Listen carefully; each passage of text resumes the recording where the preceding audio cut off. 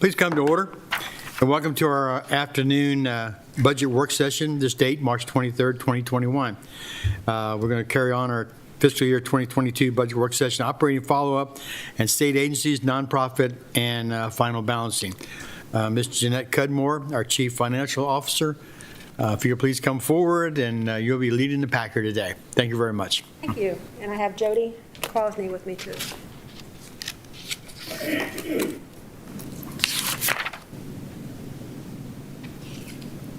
All righty. Commissioners, this is our last budget work session for you approve the recommended budget next week. So it's, wow, how do we, it kind of flew by, didn't it? It did.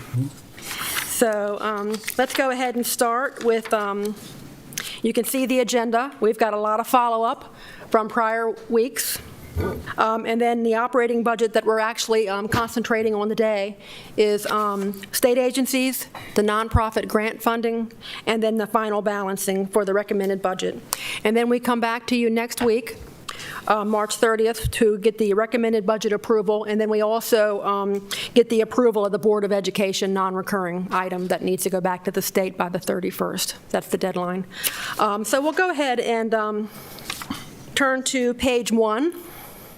And you can see we had mentioned last week that we had our the Planning Commission had approved our CIP from FY22 through FY 2027. So you can see the letter from them dated March 8th. So we're excited to have that.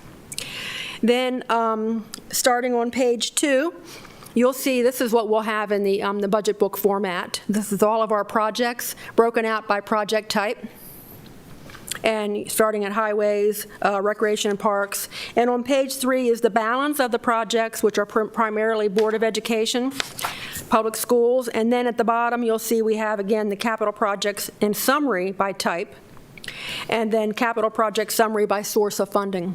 Okay, so how we're paying for it. And like I've already said past week, that we are balanced out to the out years and all funding is in place. So we're happy to say that we're moving forward with our CIP at this point. Page 4, this is part of the follow-up, and just more information. You were talking last week, and I was looking for my one sheet that I couldn't find when I got back to my desk. It was sitting right on top of my computer, exactly where I left it. But we get to page 4, and this is kind of a, in January each year, the state puts out its book. It's called a tax year, whatever the tax year is, summary book. And it's really a nice book because it kind of gives you all the detail about the net taxable income, and it gives you a page for each county. Every year we pull this sheet and we look at it, and we used to use this information years ago before we changed our calculation for income tax, where we would go and we would get the net taxable income. And we would use that as part of our estimation, where we would take the increase in that number each year and then multiply it times the prior year revenue to kind of come up with an estimate. I think that how we do it now is a little bit more exact.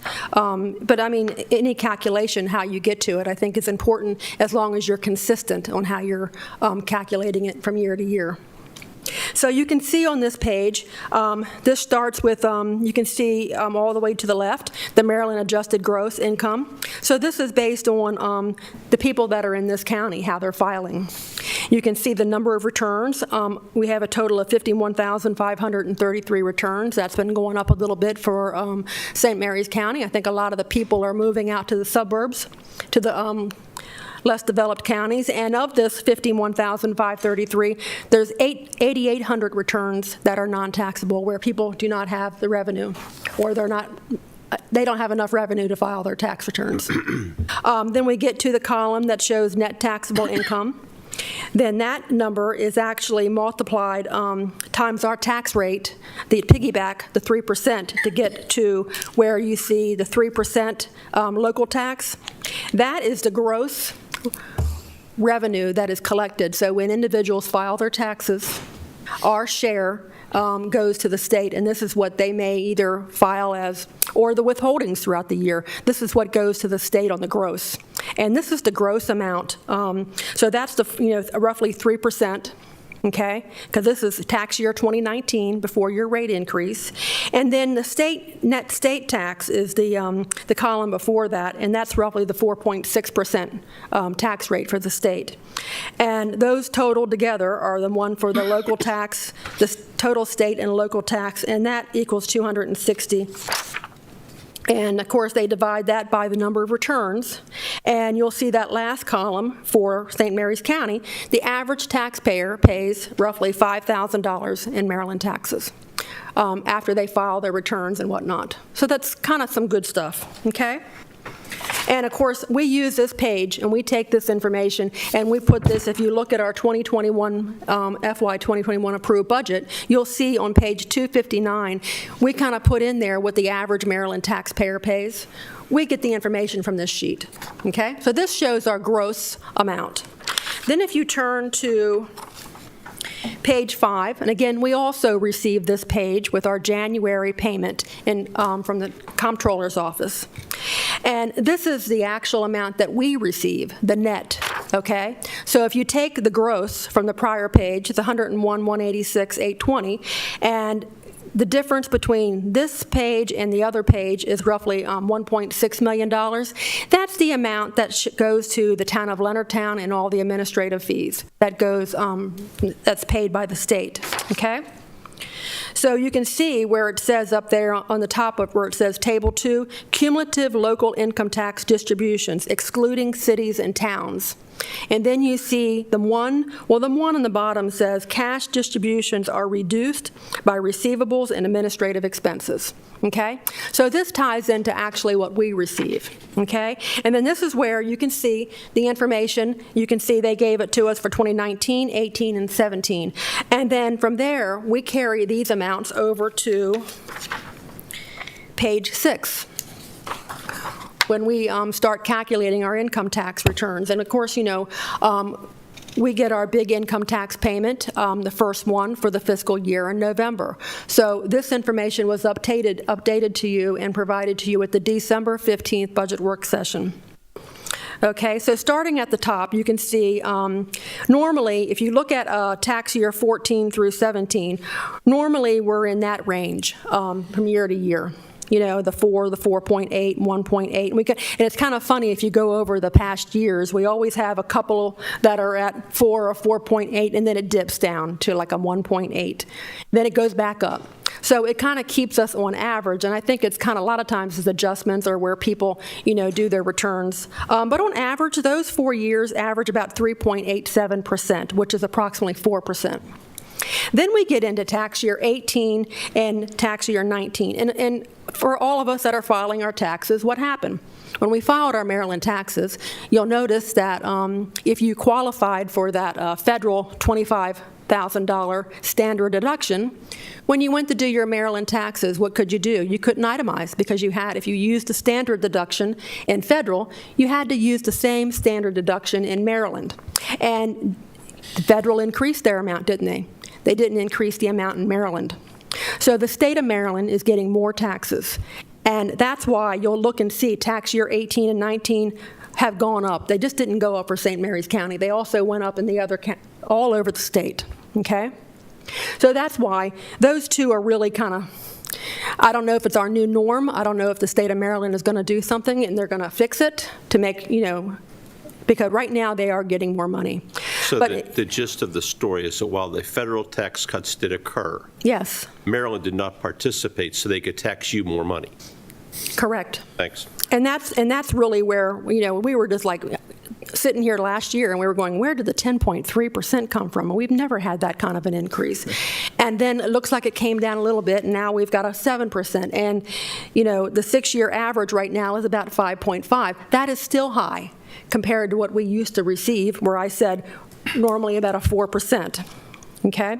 If you didn't itemize on your federal return, it's not transferring to your state return. Right, so if you You can't just automatically itemize on your state return if you didn't itemize on your federal. Correct. So if you do... That made a big difference in a lot of people's sure. income. Sure, everybody's probably paying Maryland taxes. Yeah. At least I am. Oh.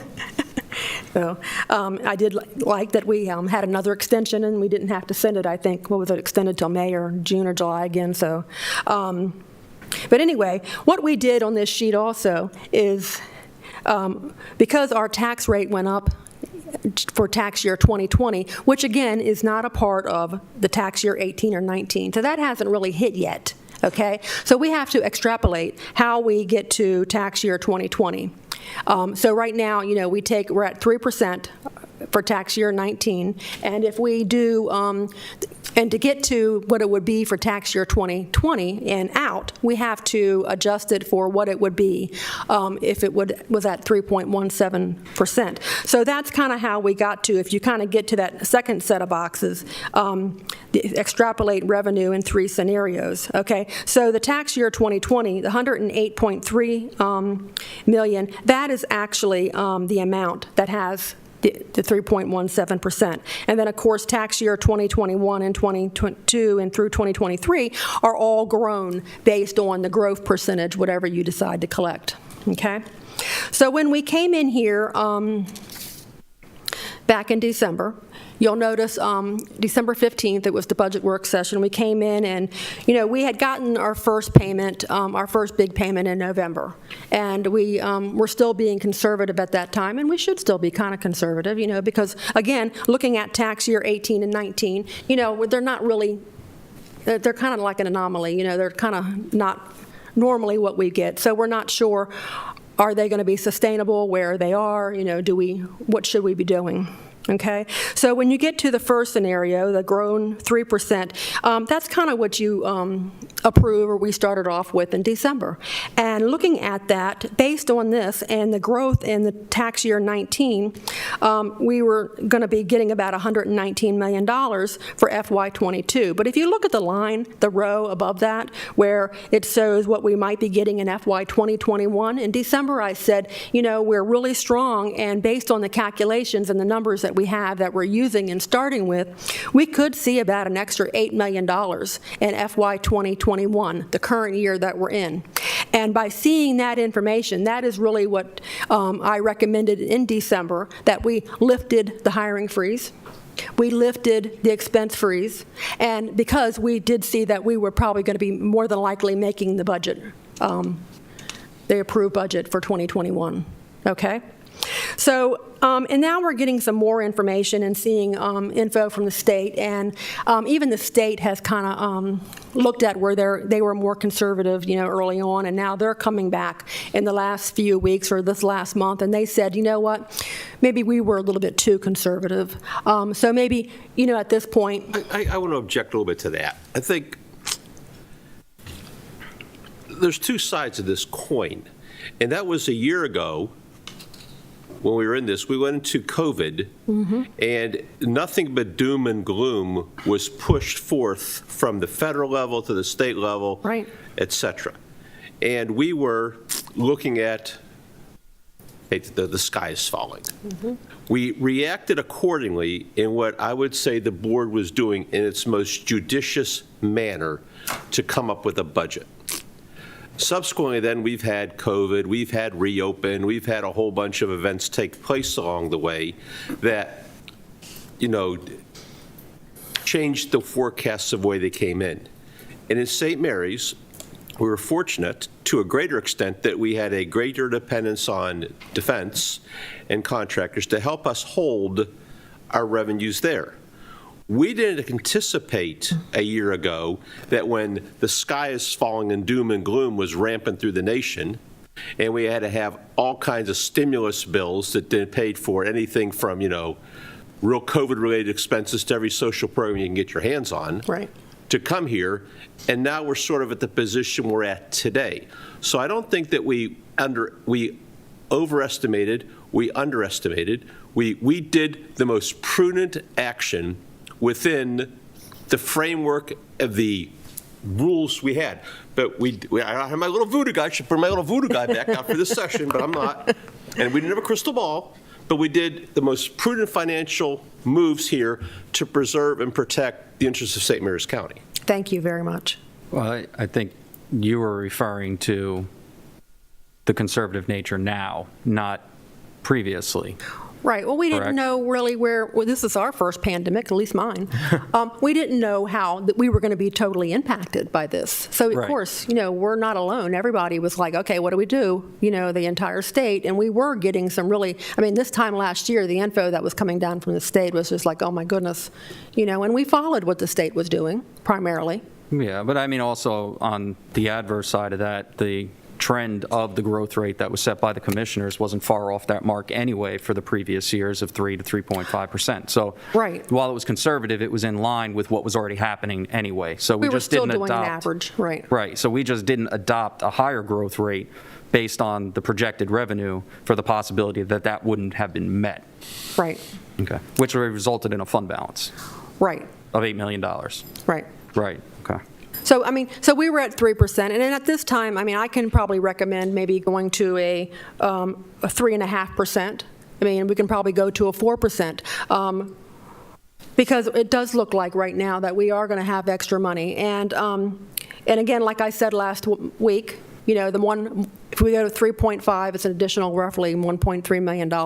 And if you go to a 4%, and again, that goes back to our average from the top part of the page. It's normally about a 4% average, and that would give us another 1.3 if you went to 4%. So we're talking about $2.6 million that I don't think really anyway, it may not, I don't think really impact this budget at this point. Well, my question would be is if we didn't increase the growth rate, what would the accumulated fund balance likely be? Well, if you go to, let's turn to page 7. Before we do that, just to back up, how would the $2.6 million not impact this budget? Sorry, I just didn't understand. It would actually increase the revenue, so it does impact the budget. Yeah. It does. But if we, let's say if we went to 4%, and maybe the revenues tanked, and they went down, I don't think we would see an impact of them reducing that much. Because I think if you look at page, and we also said that right now it looks like FY 2021, based on the numbers we're using for tax year 2019, it looks to be right now that we're going to have about $8 million extra that will go to fund balance right now, just based on my December budget work session information. But if we look at and That's continue... based on a 3% growth rate. Yes. Okay, all right. Yes. So we'd be creating a fund balance by not actually adjusting the growth rate. You would still, yes, you would have So that would reduce the fund balance that would be accumulated from 8 million to roughly 5.2, right. right? In that area, yes. So, that would be the amount over and above our revenue estimate for FY 2021. That would be going into fund balance, right. And when you So- say the bottom falls out, looking at the spreadsheet that you provided, I'm looking at the contrast between 20 and 21. So if we were to look at 20 and 21, and we use the same numbers for 20, roughly on the tax disbursements. So let's say we go down the line, one of our tax disbursements was $16 million. We would have to, actually, the bottom would have to fall out in order for us to not make budget, regardless of the circumstances, and to the tune of roughly $16 million for us not to break even with an $8 million fund balance. Right. So if we had an $8 million fund balance, we'd have to lose $16 million in revenue, and we'd still break even. Right. Okay. So if you go to page, you just took my thunder from me on page 7. Well, no, just. No, it's make just, now lightning can strike twice. Go ahead. that's right. There you go. Okay, so if you go look at page 7, this is, we do a tracking, kind of a spreadsheet up in finance, and every time a payment comes in, we kind of load that payment, and we put it in. So far, like I was talking about, the information we used back in December was really based on the the November payment that we got. You see that $32.4 million in FY 2021? That was a big payment, and you can see that payment in itself was roughly about 12.1% higher than the prior year, okay?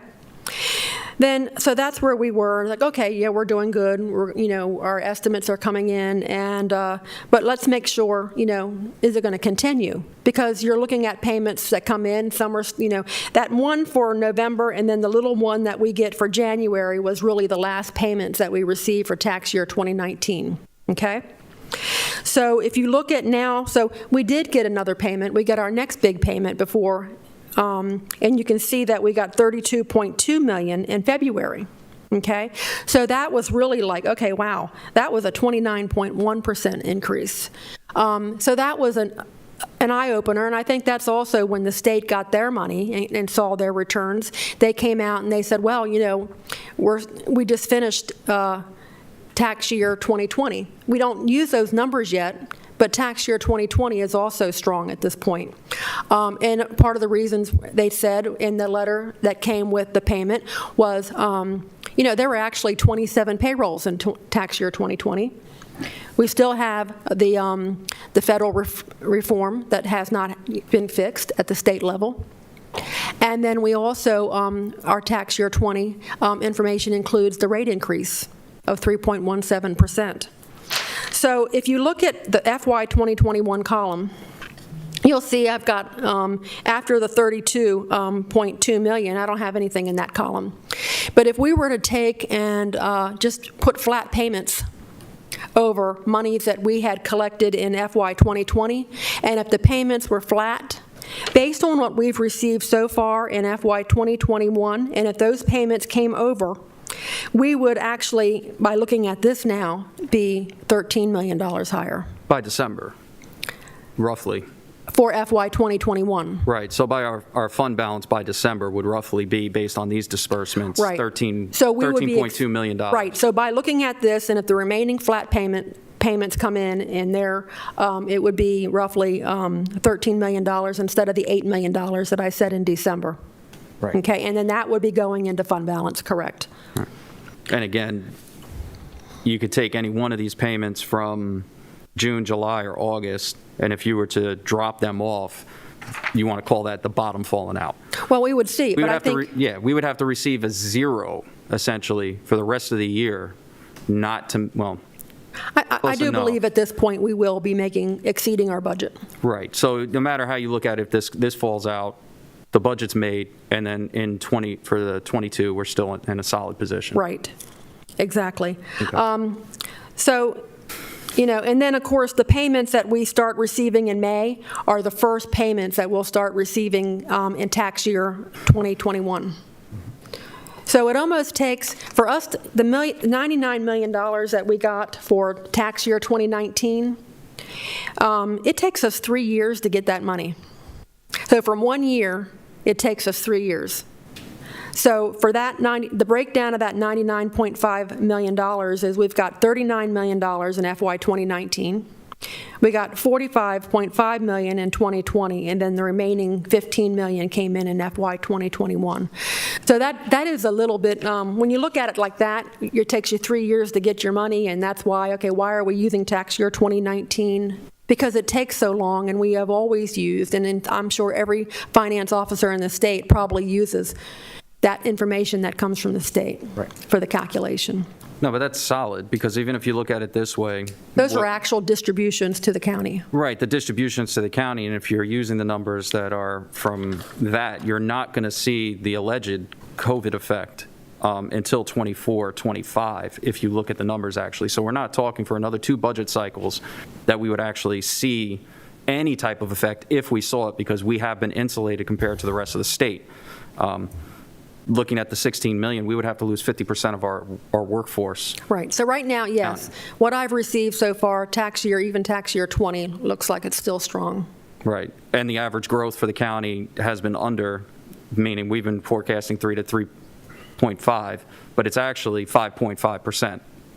The average, right. The average growth is 5.5%. But that's really 5.5 because of the 2 higher years at the end. Okay, so even if you brought it down and you wanted to call that It's an anomaly. averaging about 4%. Okay, all right. All this to say, I'm comfortable with going to 4%.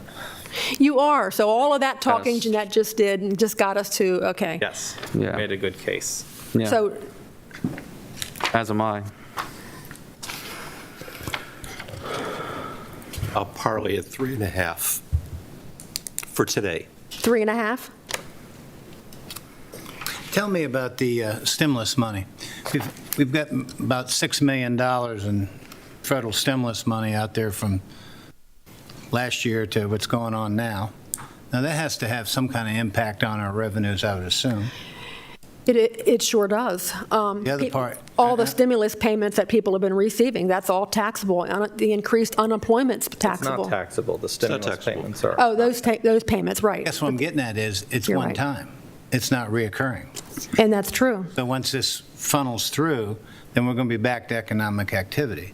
Now, the other thing that concerns me is that I'll use the term, the disincentive to work. The $600 on top of your Right. regular unemployment payment, and then the $400 or $300 or $300 or $400, whatever it is now. It just seems like we're paying more out in unemployment and benefits per se Right. than we have people doing economic activity that's generating money. And then once that goes away, That, that could bring down. so you're saying, though, that we're not going to have any impacts from COVID? We're not going to have revenue impacts from COVID? No, sir, I didn't say that. I I thought don't that- think they're going to be as drastic as maybe we were originally indicating. Okay, so you're still going with, you make it this year, and you think we're going to have 4% growth for '22? Between about 3.5 and 4 on average, I think we've been receiving on the crystal ball that I have now, I guess, crystal water bottle. I'm hoping that it continues. I don't know what next year is going to bring. Hopefully, it doesn't get worse. But we do have a strong economy down here in, I think during the in St. worst Mary's of- County. I think a lot of it has to do with the base.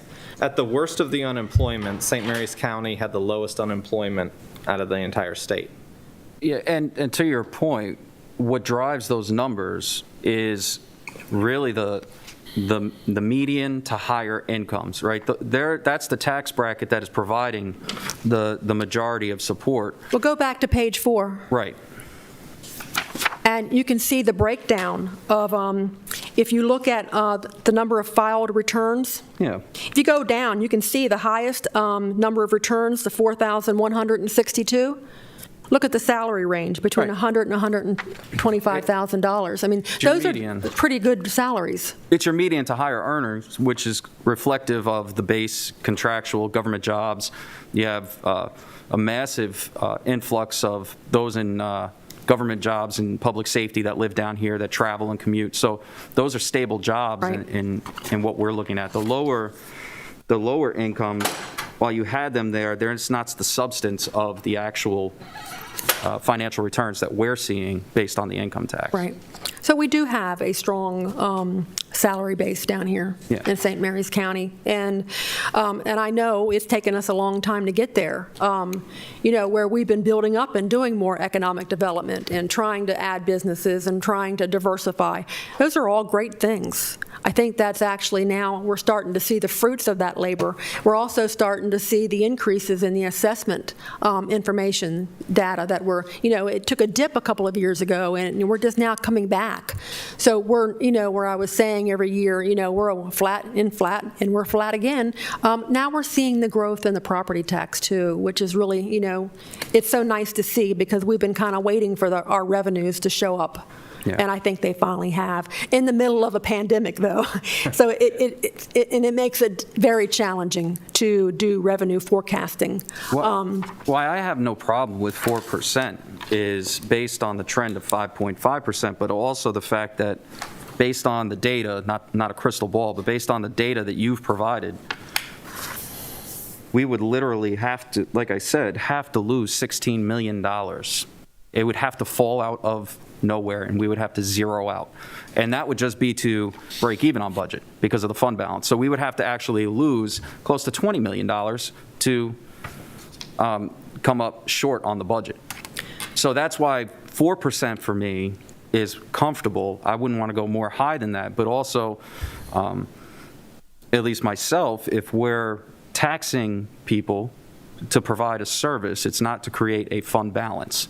So there's a careful balance Right. that needs to be had in providing the service and accurately reflecting the percentages that our growth is there. So by creating a fund balance, we're not providing the service unless we're coming back at a later time to go ahead and deal with something. Right, and we never budget our revenues to create a fund balance. Right. It's just so happened that this is the way it worked out. Right. Right. Okay, well, what I would suggest, though, is I'll support 3.5, not 4. So that makes 2 of us. But the key is, in my opinion, that I'm not sure we've actually seen the effects of the COVID. I think it's been artificially, as far as the economy is, by this $6 trillion that's been pumped into it, and Lord knows, we're trying to put it out trying to disperse it as fast as we can. So with that said, I'm worried that now, this year, we're going for $30 million in bonding in a Right, couple months, right? like in a month. Okay, and then you had talked about, if I read the debt service right, you wanted to go for another 30 next year, but I don't want to go for any next year. Okay, So my key would be is I would like a higher fund balance in case we do have a drop in revenues, that we can continue to support our CIP program. We don't have to cut anything from there, but I would say a healthier fund balance going into '22 and '23, when I think the impacts of the COVID could be felt, because you talked about being 3 years to get your money for the 1 year. right. There is a lag, and because we haven't seen it yet, doesn't mean it's not still out there. You're right. So my position is to be cautious. So if you're talking about taking it up, I won't go 4, I'll go 3.5. What is, just for, so we're all on the same page, what is our current total fund balance? Everything. Our total from the FY 2020 audit was about $65.6 million. And I think of that, you could use, I think the unassigned was roughly, from the top of my head, I think it was about 33 million. So we had about 11 million that you could use to maintain and keep your revenue to reserve. So On $65 target. million in fund balance. Yes. 15 million that is required as reserve.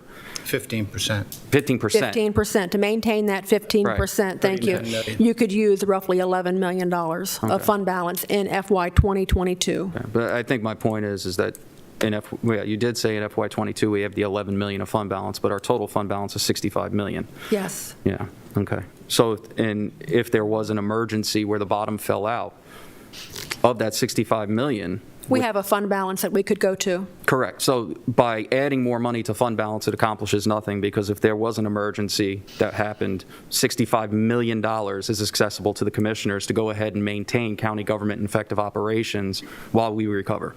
Right. Okay. And in preparing all the information for the upcoming bond sale, the last 5 years, we've maintained roughly a 20% Right. of our revenues to our reserves, which is very good. And, you know, of course, the bond rating agencies like to see it higher, but I think for St. Mary's County, the 20% is a good number. And then for what we're proposing to sell for bonds in FY 2022 is 20 million, not 30. Okay. So it has reduced. So you're, Not to borrow any money next year. okay. So I guess my question then is do we need a bigger fund balance than $65 million if the bottom falls out? I mean, is there a necessity now, as we sit here, to create additional fund balance if we're talking about doom and gloom? Well, in all the years that I've been doing the budget, we don't budget our revenues or our expenses to create a fund balance. Well, that's the conversation that's happening right now. That's why I'm making sure, because we don't budget to create a fund balance, but we're If going to we- have a right. fund balance. If we keep that 20%, I think we're in good shape, which I'm proposing that we keep, and we're above that 15% our fund balance policy. So I think we're, you know, as far as that is concerned, it's in good shape. Okay, because I'm not in the habit of budgeting for a fund balance. So No. that's absurd. Because if we have $65 million that we can access in case of an emergency. Well, you don't have 65 million, you have the unassigned of 33 million. But Okay, still, that's a unassigned lot of money. $33 million that we could access if the bottom fell out. If we had to. Okay. And we're talking about that we wouldn't receive revenue for nearly half a year for that, based on the numbers that we're seeing now. Right. Okay. I think we're okay. Okay. All right, thank you. Rather than getting into a circular argument, we know that, as they said in the news earlier, we're going to have to raise taxes to pay how many trillions of dollars we've borrowed and have to borrow. And quite frankly, I know for a fact, my kids aren't even married yet, but when those grandchildren come around, they're going to have to be paying this damn debt because it's so big. Oh, yeah. But simultaneously, I look at all this money, I used the word manna from heaven last week. that you get a $1,400 check or a $2,000 check, you're not going out and buying a house and mortgaging it. So you're getting a short-term feel-good, but the problem is the tail. I think that's where Commissioner Hewitt was coming from. You got to worry about the tail, not, what feels good today, because everybody feels good today because we're getting money, and in many cases, we don't have to work to keep that money, and we got all these other things to get more money, but there's a tail, and there's going to be a tax. Yes. So the number that you showed on page, whatever it was, 4, that little number on the right is going to be going up, because the answer is, this is the tax increase, but this is how we're going to get you down here. So all you're hearing is this up here, but the devil's going to be in the details. Right. And we've seen also from where, when the state has balanced their budget, On your backs. they've balanced it on the counties. So yes, there could be some of that coming. I mean, somebody's got to pay the bill at the end of the day. I totally agree. Right. But we still into need to be different- somewhat cautious, Yeah, right? they're different issues. So- Right. But I mean, And I think Commissioner O'Connor's point about creating a budget for a fund balance is if we are artificially keeping our revenue increases low, that's creating a fund balance. never have done that. No, but we're doing it now. Not you. Well, not you, intentionally. us It's just, right. deciding Yes. that we're only going to see a small amount of growth. That's, Yeah, and the data doesn't reflect that.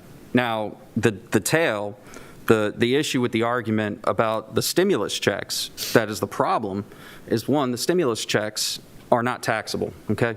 They're Right. keeping them, okay? So we're You're not right. seeing income tax from that. So the argument of the tail is counterproductive to the velocity of the dollar. So if you have the money from the stimulus checks, people are out spending that money. They are out using it in the economy. And that's There's very generating- few that are just putting it into savings. Okay, Right. we had kids that went back to school, those things. Now, the further part that we have is all the grant funding that we saw was not a part of our operating budget. That was on top of, so it actually took care of many needs. It was one time. So that's not injected into our operating. It's not a false sense of security. The new money that's coming down in the trillions from the stimulus checks or any other packages that may be there, you're not going to see those effects, at least for another 3 to 4 years, of how that would be returned. Plus, that's at the federal level, not the state level. So we're talking about state monies, not federal monies. So it's two separate arguments to be Right. had. So on top of that, again, circling back to our earners that are in there, the median to high income, they are spending that money. So they're still keeping the jobs, still keeping the income taxes, still paying their mortgages, buying homes, and various things. So the argument of the stimulus is flawed. It's flawed because it's not taxed and it actually increases the velocity of the dollar. So you're seeing more of an injection in a stable workforce in St. Mary's County. Right. So I think that's the opposite end, what Commissioner Colvin was saying. We're talking about two separate things here. Right, and we are lucky. We are in a county that we do have strong, we have a lot of hard workers here, and we have a lot of good Exactly. people, and we have a strong economy. And we have the base, and a lot of those workers down there, have not really seen the impact, or, any of the other government workers or education workers. But you're right. I mean, but there will be a time when maybe the taxes start increases, and we may start seeing some of that. Because of all the extra stimulus, and there may be some unfunded mandates that come down from the state. We've seen that in the past. But then we'll have to just deal with those when they happen. All right. Right. I mean, if the consensus is that the ultra-conservative of 3.5% artificially creating a fund balance, then, I mean, for now, I think that could be, and this isn't my consent yet, something to work with. However, I do believe as we work through this and we come back for reconciliation, that we are going to have to look at this 4%, because answering to the taxpayers about artificially creating a fund balance is a problem when it comes December and we have $13 million sitting there. That's going to be a big problem. So I don't want to inject a fund balance that's already overinflated. Well, what happens right now for FY 2021, you can't really impact that unless you actually start spending some of that in FY 2021. Right. But that would use that only for non-recurring items also. Right, and even if we did that, I mean, we have $8 million. How much, what was it, $8 million? roughly in fund balance? Roughly Brenda? 8 million from what I disclosed in December, and now it looks like if we receive 0 payments until August for FY 2021, that we might actually have 13 million In above fund- our estimate. In- That will drop to fund balance. That'll drop the fund balance. Okay. Right, but I mean, right now, it's early to see where those payments are coming, and those are going to be from May through August for tax year '21. So it'll be interesting to see where those payments, how they are. So not only that fund balance, but the additional fund balance that would be created here by underestimating growth, correct? For future years. Understanding you correctly? For future years. For future use, right. So we're talking well over $13 million in fund balance by the time December would come? No, well, we use the revenue through August, 60 Through days August. after the June 30. Okay. So we'll count the June payment that we receive into our FY 2021. Fair enough. So we're talking prior to June. And we'll come back with our fund balance for the FY 2020 when 21, keep my years straight, next December. But if that's not used, then this FY would get rolled It over. rolls, it actually adds to your fund balance, correct? And then we'll readjust. Even if we use $4 million of that fund balance, we're going to be rolling over the possibility of $8 million in fund balance to the next fiscal year. And right now, you can, to maintain your 15%, you can use 11 million. Okay, all right. Ooh, that was a lot on income tax, wasn't it? Well, Commissioner President Guy, you got 2 3.5s and 2 4s. 3.5. 3.5, okay, well, that adds $1.3 million. So, and Jody's got her spreadsheet working, so as we make these changes, she'll be updating it, because today we have to balance, or get close. All righty, let's turn to page 8. Another follow-up from last week. Kind of wanted to see our 5-year employee trend. So you'll see on page 8, we've got a beautiful chart graph on the top where it shows the red line is for elected officials and others, and you can kind of see, and then the blue is for county departments. Okay? The detail are on the bottom part, but you can see that the line has gone up. We added some positions, and we started off at 368.5 for elected officials, and at the end of the FY 2021 budget, we added, we were at 407.75 for elected officials, and we ended up at 387.25 for county departments, where we were at 356 in FY 2017. So, you know, both are kind of heading up, and then you can kind of see where we add, and then we go flat, and then we add, and we go flat. So this doesn't include any positions that you've made decisions on yet for FY 22. Okay? So, just so I understand, this chart is showing the number of employees in each department? Yes. Okay, so The actual IT numbers. has no employees in that department? That was my only reason for questioning. Well, you should have told me that the other day. We I probably should could have I fixed it. didn't. My fault. I'm sorry. I didn't realize Good that. catch. Just, okay. That's, No, they have employees. they do. I was Yeah. curious about that, too. No employees? I think it's in emergency It's at the bottom of the services. list. It's listed twice. Oh, okay. Is it Oh, listed is. twice? You're right. Oh, there it is. There it is. Oh, they are. Good grief. See, I only read. I feel better. I'm sure Bob feels better now, too. Okay. And then you'll see for the elected officials, they're on the bottom of this page, and you can see each year we show the increase. So you can see FY '20, we added, that was the biggest year for both county departments and elected officials. You can see we added for county departments 21 positions, and elected officials, we added 28. Okay, and then if you turn to page 9, we've got the Board of Education information. And you can see they started off in FY 2017 at 1944 and ended up in FY 2021 at 1996. So it looks like their big year was an increase in FY 2018 at adding 36 positions. Yeah, but percentage-wise, it's a much smaller increase. But the key is they've had flat enrollment. Enrollment.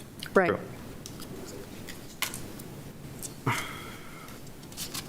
Okay? Then if you, we'll turn to page 10, and based on the information that we received last week, March 16th, yes, I can't believe it's been a week already, you can see these are all the proposed positions that have been, so far we received direction on. And you can see we're up to 51.25. Holy smokes. Okay? So we're talking 51.25 new positions. Yes, sir. Right now. And these are just county government positions in the general fund. And it's going to cost us $4,400,000? Yes. That's a big jump employees, all right. And a lot of this is related to our operating impacts in CIP. You build it, you'll have to have the employees to go with it. That's pretty much Right. for the positions in emergency services. Animal services And the sheriff. animal shelter and then. Right, right. What are we talking for elected versus commissioner? 1, 2, 3. County versus. Let's see. Looks like 15 position for county, and the rest are sheriff. 15 and 35? Uh-huh, 16 and 35, okay. yeah.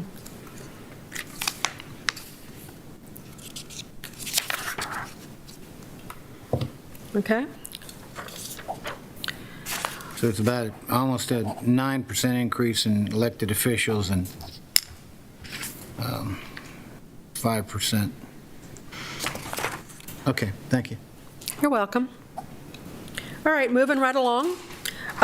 Page 11, we go back to our discussion of emergency services and the billing. And at this time, I think Steve Walker is going to go over. Or is there any? Join us.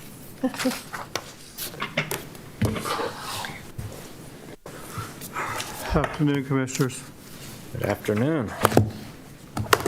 So last week, you gave direction to Chief Davison and Chief Stamey to go back to the RSA and work out and determine what was the plan to be brought forward to you. So Thursday night, the 18th, they did that. It was a very spirited discussion, a lot of differences of opinions. It was very nice to see them come to a consensus, and I can go over this page by page, but this is what came out of that RSA.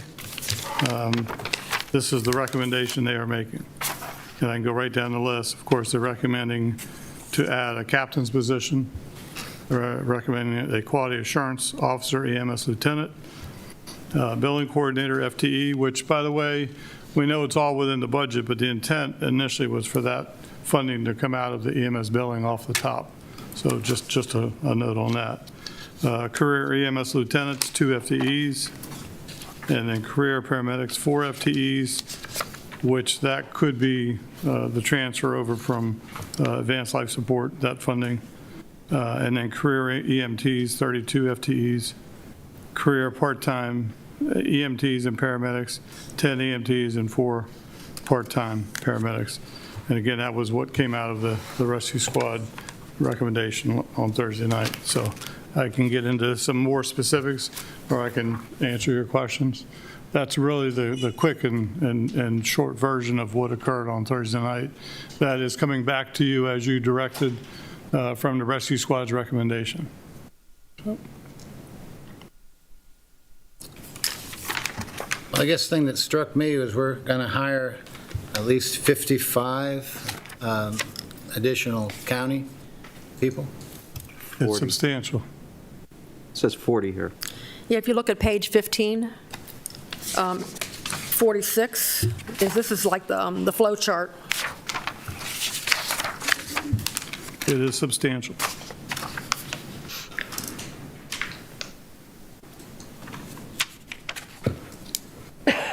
So I would say, in having conversations with the chiefs, understanding that this is, at this point alone, we need to at least meet the minimum of where we are, and that plan is built into this. Yes. What is that minimum plan? Really, the basic amount that we would need to do is the EMTs to make sure we have basic life support in the ambulances. The, the addition, which is really cost neutral if you bring the funding over, is the advanced life support, the chase car, the bringing those paramedics over. So how many EMTs is that? Is that total? 32? 32 EMTs and 6 medics, which is cost neutral? Right. What was the original request from the 7 squads, the number of FTEs they needed? 46. No. Before that, we went out, you went out and asked them how many they needed. This Around was the amount. 24, 25. Yeah, This- that was, They asked for the EMTs to make sure that basic life support was covered at the same level, and that's what this does, this amount of EMTs. Again, without the advanced life support, but again, that's cost neutral if you want to address that. But these amount of EMTs was what they are requesting to make sure we have staffing at each of the rescue squads. This bottom part was what they are looking for, their basic amount. What happened to the 24 they initially asked for? I think that's what this. I don't ever remember them asking for 24. Was that in December, or was that? Yeah. well, I remember this page 157A, which was from last week, It was, and it talked about coming in FY '22, '23, '24, '25, and numbers were a lot lower. That plan was not approved by the RSA, that's correct, it wasn't, so. and it was an offshoot of somebody that was injecting it outside of the RSA work group process, Well, how come it ended up with us? because a commissioner made a phone call to one of them and it got put back in. It just got put in. This was And- in last week, this was in last week, Ms. Cudmore, wasn't page 157A? I could have, it was in last week's Now, work. that one, At We the did end. have a, yes, it was. that one got put in because they contacted the county administrator, which was outside of the RSA process. So that got put in as an What option. makes the RSA process the final process? Well, I would say that you have all 8 volunteer companies with all their chiefs in their organized structure that have bet on this. They're the ones running the calls. Mr. Walker, on your last RSA meeting, how many said no to this? Eventually, at the end, they all agreed. Initially, there were quite a few that said no. That said they wanted the original intent was to supplement, That is correct. right, well, that's what I understand. They did. And we need to see, right now, we need to go into, wait till post-COVID is done to see how many volunteers coming back, how many more volunteers we might get, rather than establishing this huge empire here. So I'm calling it right now, because we're getting ready to take over the emergency medical service, and I don't think we need to do that right now. Well, I think we need to have the minimum number of qualified EMTs to supplement so they can improve their scratch rating is the main thing to make sure our citizens are serviced when time comes. That's what I think that's what we should be doing. well, that's, Then come January, February, if things look like this is not working, then we relook at it again. well, that's what this is. This is. No, you just these mentioned, how many you mentioned, 40-some people? Well, this one chart here shows 52. 32 Or EMTs. 53. The one that was in my packet, was this in my packet today? I think it was. Last week or this week? The only one we had this week was this right here, the little folder. It said page here. 823, so that Yes. is today, right? Right, And it says 53 FTEs. right. I have the one that I just got printed off, and it's in my book, and it says 32 FTEs, 32 emergency medical technicians. Yeah, but total FTEs is what I'm talking about. Yeah, but they don't, I'm pretty sure that they could come back at some later time, and they can get rid of the captain, the lieutenant, these 2 medical duty officers. They can get rid of all that and come back and address it at a later time if the system doesn't autocorrect itself. So I'm pretty sure that can happen. And just to add on, in the section, the hourly paramedics and hourly EMTs are built in for coverage. They're not in your main part, your Yeah. 15. So there is a So difference. that's in the difference between the 50. 46 and the 53. And you get rid of the hourly and part-time people that was originally requested. You can. And again, if you don't use them, you don't pay them. But again, you could remove it out. Good. If you remove that from the total request, you get a positive of 84,754 at the minimum staffing levels. Mr. Walker, when we started this months ago, the entire concern was ensuring that citizens' lives were protected. It still is. Does this plan that you've put forward meet that requirement? It exceeds the requirement. Okay. Is that what you said? Or just meets it? Meets it. It does meet the requirement. Does it exceed it? Well, make up your mind. All right, let me ask the direct question, because Oh, we we need to just be did. very pointed. You just ask you, does it exceed expectations, Mr. Walker? It depends on what you mean expectations. Do we need all of this? Absolutely. The question is when and at what point? That's the question, and all of you need to answer And that. they're regardless of the cost. All of this is needed. It depends on what point you think we need to do it. If we need to cover the ambulances, you need to do the EMTs. That's what we need to do. If you need ambulances on the streets, EMTs will do it. ALS is a moot point because it's cost neutral, so that doesn't even matter. Can the system operate without the captain, the lieutenant, and the lieutenant medical duty officer right now? Yes. Okay. Is there time to reassess that and come back to the commissioners with the RSA, the ESB, and all the process that's in there to say, it's at this point, we need to go ahead and look at this? Yes. Okay. So today, we don't need to have the captain, the lieutenant, and the 2 duty officers.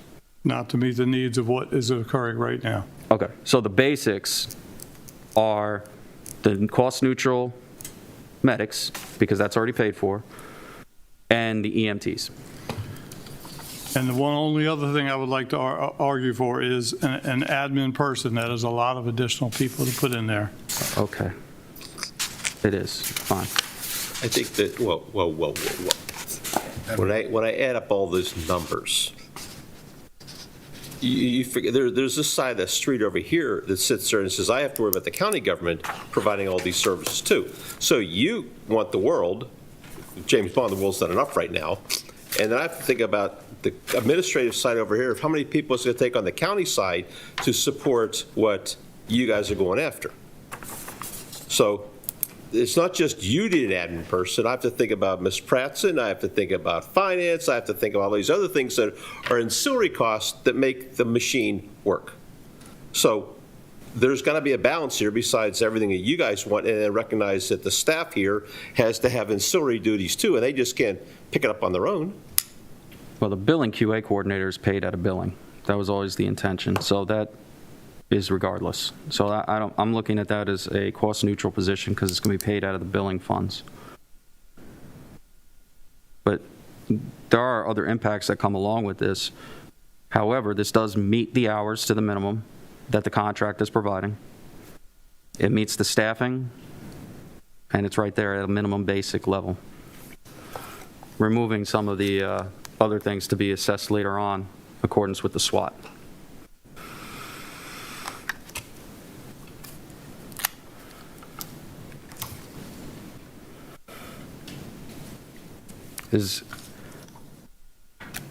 You had a number before, President Guy?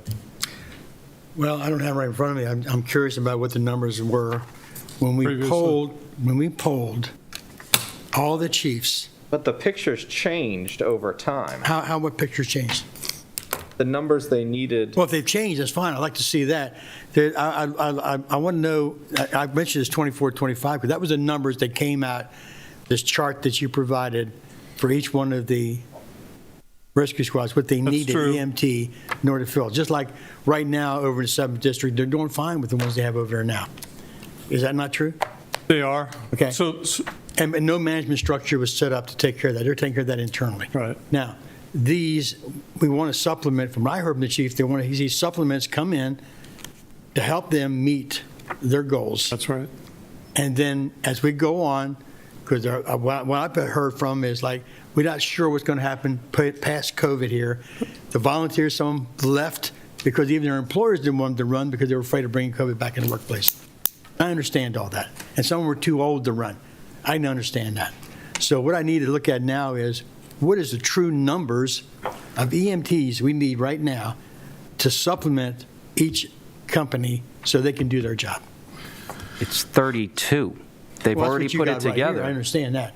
But I'd like to know for sure from them if that's a true number. They're the ones that put it together. They are the ones that come up with this number. I actually addressed this with Mr. So they Stamey. increased it to 32. They did. But I didn't see another chart there. I just saw the original chart, which was 25. Yeah, and that was based on the original hours. And then as the system continued to go, the contractual people were doing more and more hours. So the demand increased. So now, in order to make this with the appropriate full-time position and not have to keep a contractor on at double the cost or triple the cost to get 32 FTEs. So that's why the RSA had a very spirited conversation, and by the end, they came up with 32. And they've actually, I think at some point somewhere, they've got them allocated to a certain extent by the different companies. The only issue that came up about this was the fact of the bottom of the rescue tax not being increased right now, but this also gives time to evaluate that in this coming year. But the command staff, I have to agree that can be reassessed later. So right now, you're saying that we need 32 EMTs to fill, well, actually, the H7 companies, H squads right now. And that is based on the discussion and recommendation from the RSA. From the RSA. Yes.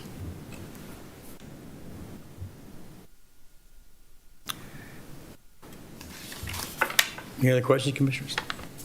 We figured out how to pay for it too, right? We did? Okay. Very good. See, we're running into a sticky situation here because each one of these are private companies, and they got their own private funding. So, and of course, none of them have already said they don't want to increase their tax rate. I'd like to give the volunteers a chance to continue what they've been doing all these years.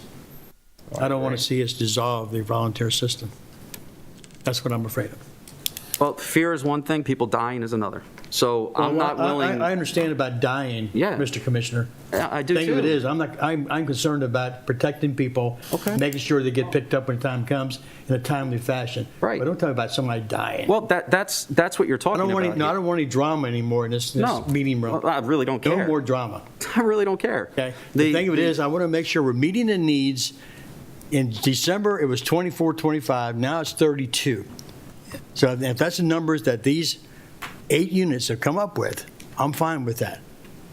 It is indeed their number. If that's their number. It is I'm their taking your number. word for that. That's their number now compared to what it was in December. They've changed it from 24 to 32. Oh, that was great circular conversation, all the way back around to what we said in the beginning. And you're having a conversation about, you're worried we're taking over, when the volunteers are the one that gave us the positions and said, this is what we want.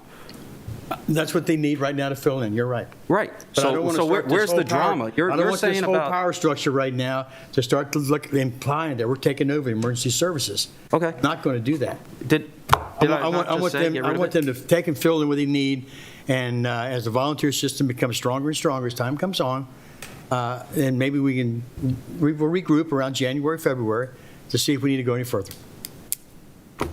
Oh, my God. Anyone else got anything? I agree with you, Commissioner President. Okay. I just think this thing got out of hand. I mean, Got more than 2 legs all of a sudden. Yeah. 5 years ago, we had everything collapsed into one, and we were hearing from emergency rescue it wasn't working. So we brought in Mr. Walker. Now, 5 years later, we're talking about setting up a whole new branch of government. I didn't get elected to increase government, Mr. Walker. I mean, it's about providing That's not on services. Mr. Walker, It's though. not on him. I will. This is like no It's benefit how to money. he's I providing have to emergency point out that medical- my budget request was 8 medics and 15 EMTs hourly, and then it went to the RSA. So I want to point that out, that this is what the RSA wants. My original budget request was minuscule compared to this. And Mr. Walker is not at fault for this, first of all. No, I'm not going All to right. blame him for Nobody's that. saying The- fault, well, but there's a big number that came out. It's a massive number. But we did get into government to provide for public safety. That is one of the pillars of government. And if the volunteers, because of COVID and everything else, first of all, let's backtrack. For 10 years, everybody's known that this system has had its woes, okay? The only thing that was the catalyst that drove this was COVID and the bottom falling out of it. So now we're here, and we went from an opposition in the volunteer community to a partnership with the volunteer community, and them leading the way on how many people they need to go ahead and fill the vacancies. So it's government's responsibility to do this. Okay, so we're looking at 32 FTEs they need. That is coming from the RSA. Okay. Well, let's remember, some of these volunteers decided to become a professional and get paid for it too, so got to put that into perspective very clearly, because we've already heard on TV, oh yeah, my volunteers are become professional now, so instead of volunteering, I want to get paid. You I have, think the time involved with that, most volunteers that are becoming professionals were already intending to do that. yes, that's why they're all trying to get hired at Charles County and Calvert County. And that's why, and you also have the ALS chase cars, which is cost neutral. So we're not paying a contract at triple the rate. In ALS, Mr. Walker, they asked us several years ago to bring the contract in-house. Is that They did, correct? and again, when I communicated that with Chief Koch, Paul Koch, Yeah. he again has repeated that again, because it's cumbersome for them. So that's a cost neutral, that's an easy fix. If you decide not to go that route, that's fine, but that is something that started with their request 2 years ago. We weren't in any way positioned at that time to even look at it, so. It's cost neutral, and it was requested by the RSA as a part of this package. So I don't know why we would continue to pay more. Okay, do we, Commissioners, you want to let them come back with this 32 EMT budget? 32 EMTs and the 4 ALS, removing the contract from ALS and saving us the money. So that means we're committing to hiring 83 more people if we go forth with this budget between what we're doing with animal shelter, sheriff's department, county departments. Well, so you have 20 we owe the corrections, we agree to. Well, we talked about 50, we're at 51 and a quarter now. Well, you got 15 more for the sheriff on top of the 20. Well, that's included in that. Plus the animal control, plus the And 32. That's included in all that. But now we're talking adding 32 on top. Yeah. Yes. 32, 33, 34, 38.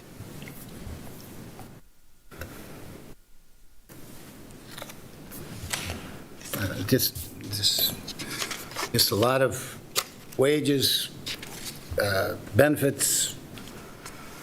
I don't know.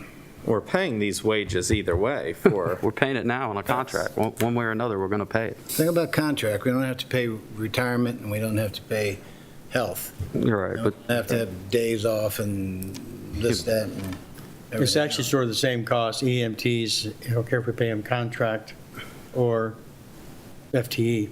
This cost is about the same right now. it's actually less expensive for A us to little bit do. less. It's about 75% maybe, I think, is what we come up with, but it's a little bit less. So there's some savings, but FTE, yeah, a little bit, so. that includes retirement and everything? Yeah. But then you increase and we've had discussions with HR, then you increase your risk because now you've got liability concerns. Right. But the cost is a little bit, But the cost goes up on all of this. You're talking about, all right. we got our various divisions here. You got to take up the We got OPEB, you got the whole, new 53 type of, yeah. Yep. for And how cost. they interact with OPEB, yeah. So we're looking, if you look at page 18, Page 18. this is where the positions are listed, and you can see in the middle of the page, it's the Emergency Services Billing Fund. You can see from the RSA 3/19/2021, we received this afternoon of Friday, and we pulled it together. So you can see the positions that were listed, and all of those positions equal the $3.6 million that was on page 16. So based on your prior conversation of what positions are we willing not be funding or moving forward? of those positions that are listed on page 18. I have them listed with the Removing the dollars that are, captain. excuse me, Removing the captain, the captain, the lieutenant QA, QI officer, removing the 2 medical duty officers, and all of the part-time and hourly positions. Is that what you're doing, Mr. Walker? Is that what you're recommending? We need to make sure the ambulances are running. That's the primary focus. and that's, Ambulances run with And me I would say go removing? back to each one of your chiefs and make sure that this will fit their needs. Each squad, As far as the numbers for the, yes. yes, to make sure that this will cover them. Chief Stamey, will it make it? so does that, oh, here he comes. So we're talking about 32 FTEs. So yes. That's the EMTs. And We're going to have as many EMTs as we have cops on the street pretty soon. Absolutely. Go to the mic, please. That's 2 EMTs per station, and so that's 50% coverage, so the other 50% is provided by the volunteer staff, or the volunteer side of the house, so that's only 50, that's us doing roughly 50% of the coverage. The only place that we're doing 24-hour coverage would be in Lexington Park, which is, reflected in the numbers, so the asks, the 32, so 50% of the time we're providing the staffing, and we're doing other things to support. I think what your concerns about, Commissioner Guy, we're doing things to support the volunteer service. So they bring in new people, and we can help do field training and those kind of things. So just by us being there and being in the station on a regular basis, we're able to do things. I think sometimes that the volunteer side of the house can't do because we're there on a regular basis. So we can help train and bring in new volunteers and help numbers that way. And what I've seen in the street for sure from running calls is you have volunteer members that are actually coming out because they now have somebody to ride with during the day, and they're actually riding with the career staff. Right. Just for example, just yesterday I ran a call, and we had a volunteer at 29. We had a volunteer that was driving, and we had 2 career staff that were actually riding with who had a sick patient. So it actually is working, and it's integrating the volunteers. It's helping bring the volunteers back, and it's helping support the volunteers that are out there because we're there and help give them support. So I've got the 4 paramedics to chase car response, the 32 EMTs. Were the 2, was the fiscal and the admin coordinator included? No, I think there's 6 medics that come over from that contract on the diagram. Oh.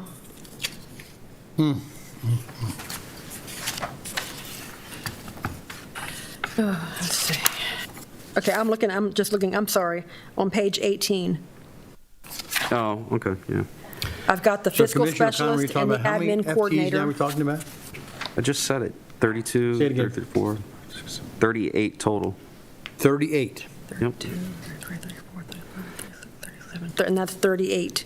When you add the 2, the fiscal, the admin, the 4 paramedics, and the EMTs, okay. 38. No, I think we took the,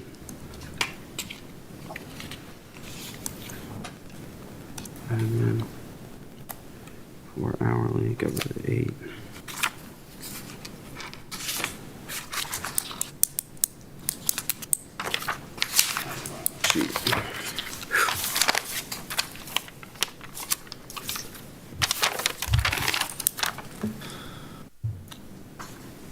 What's the old Whatever it Rolling was, it was a Stones reduction. song? You don't always get what you want. All right. So that's Government 38 business. positions, okay. Whichever one it was, I think it put us at 500 and, it was 84,000 if they did a January start, but if you eliminate them all together, it was $394,754 or something like that, total, right? Yeah.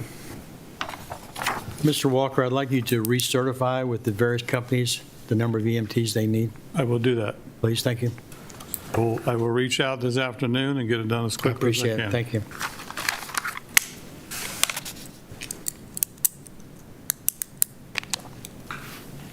I know 2 people reached out to me, felt like they got the information less than an hour before the time the meeting was taking place, so they didn't feel like they had enough time to digest it.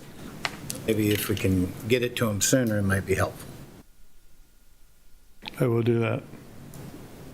I will make every effort to make sure that whoever's holding that information gets it out as quickly Yeah. as possible. Again, that was the RSA that had the information, so. And if we can get back to page 18, you can see at the top, the funding sources, emergency service billing, that's 50% net of fee.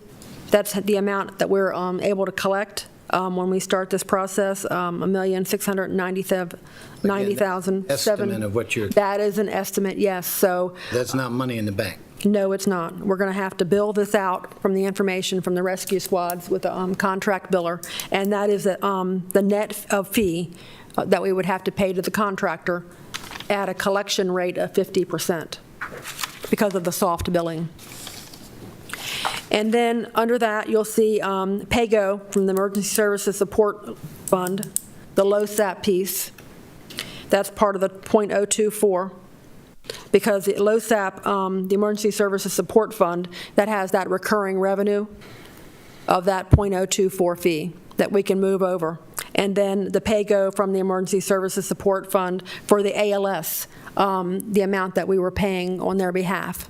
Okay? How are you paying the LoSAP? Yeah. Okay, let's go back to page 17. Okay? So on page 17, okay, so we'll go down to the bottom. You'll see we're LoSAP Trust, 22 from general fund, paying that as a one-time payment because a decision can be made annually to pay that LoSAP Trust from you guys, and that would not be recurring funding. So we could do PAYGO from the general fund to pay for that of about $1.2 million. I realize that LoSAP is per se not a recurring fund. by Right, the definition. trust amount. Trust.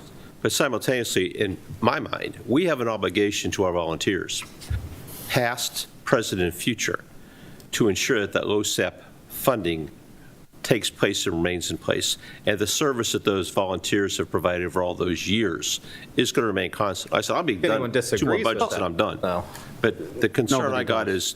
is, we can treat it anyway. I see what you're trying to do there to make people happy. But simultaneously, I'm not really in favor of changing the way we fund LoSAP to appease this RSA. Right, on page 17, and I totally agree, we should continue to pay it. But for this year, we can pay it, paying that amount to the trust, the $1.2 million is still in this fund. We're proposing to do a general fund, use part of the fund balance to help pay for that for this year. So you'll look at page 17, and at the top where you see the first yellow, part of the revenue sources is $1.2 million from fund balance from the general fund, which will pay for the LoSAP trust, everything in this fund. And then we'll take $1 million of what we were paying for the LoSAP trust and move that over to the Emergency Services Billing Fund as a pay-go to that fund, It's a one-time deal. as a one-time deal. And that would, and if we continue that payment process, that will allow us get some trend information and also allow us, if we need to increase that .024 fee, that tax, and take that to legislation next year. Right. So supporting emergency services out of the Emergency Services Support Fund. Right, and then Because once we LoSAP get was that originally fee, just put in there because of the title. I mean, it was just kind of placed there, just like everything else that's there. right, well, we tried, when we created the Emergency Services Support Fund, we tried to put all of the fire and rescue costs all together. Right. Where they should be. And that's the key phrase right there.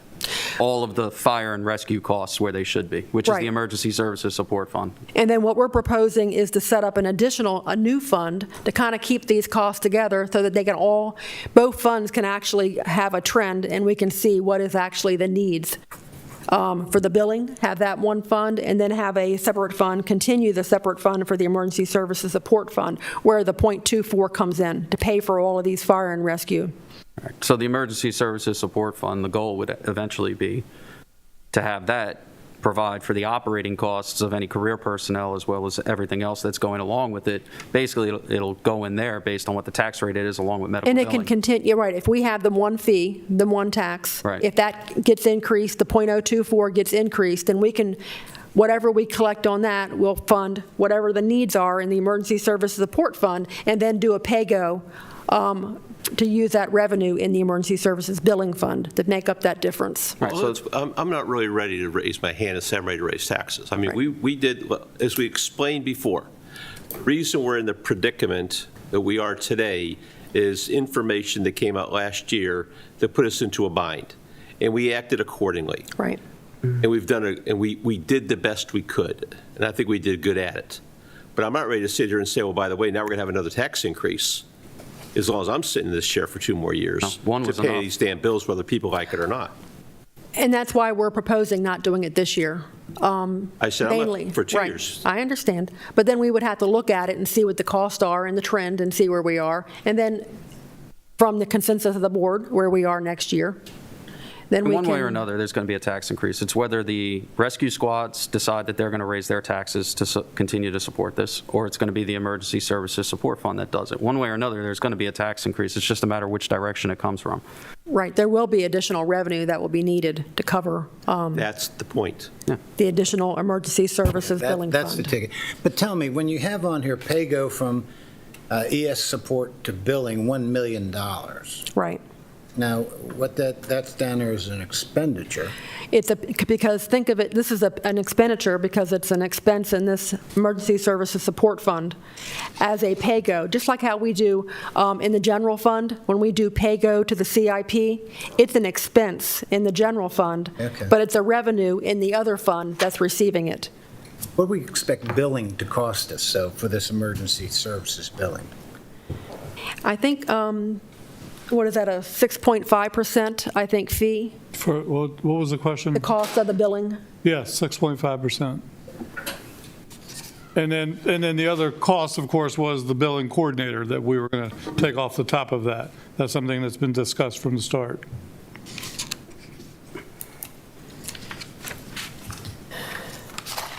I mean, regardless, no matter how you look at it, either you can do it this way, or you can allocate the money from operating directly.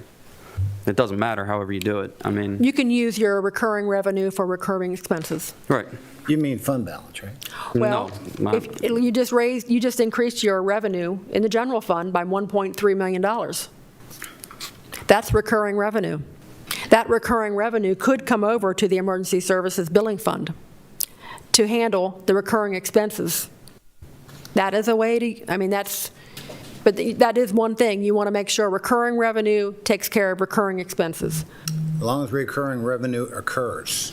Well, It's always the ticket. Right. One You're hoping guaranteed it thing, occurs. Yep. expenses are guaranteed. right. Well, they're not, but Yeah.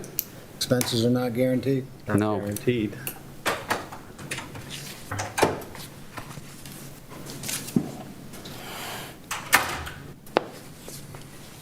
What was I going to look at? So that is an option, using the 1.3 from the income tax. That could be used for the recurring revenue to fund the positions in the Emergency Services Billing Fund, instead of using a pay-go from the Emergency Services Support Fund. Okay, what about pages 12, 13, 14, stuff like that? Do we still need those pages, or skipping past all those? Well, yeah, I mean, those were just the detail of what Mr. Walker was talking, kind of building up to where the positions, but now they've changed because we're now down to the 38 positions on page 18. The fiscal, the admin, the 4 paramedics, and the 32 EMTs. That's 38 positions on top of the 51.5 Correct. brought in.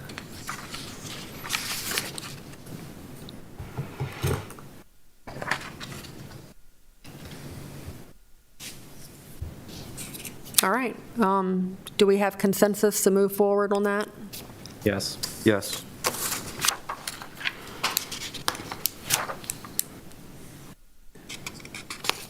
Two one right now. I don't know.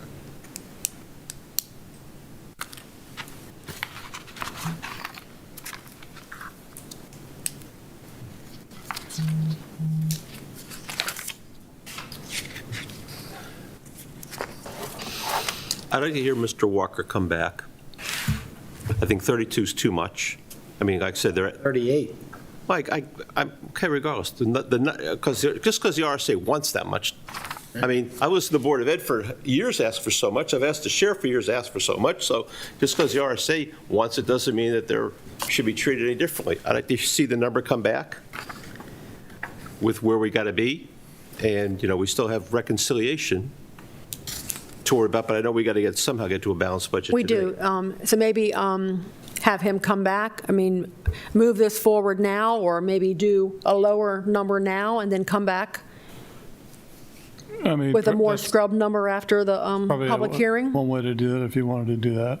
I think you got to Well, put the question I'd have for you, Ms. Cudmore, is if we add these positions, do we have money to balance the budget at 3.5? Right now, yes. Depending on what other decisions you make today. We still have a health department that's looking for nurses and some other people who have some needs. Right, and we're still doing follow-up, so we haven't even gotten to those pages yet.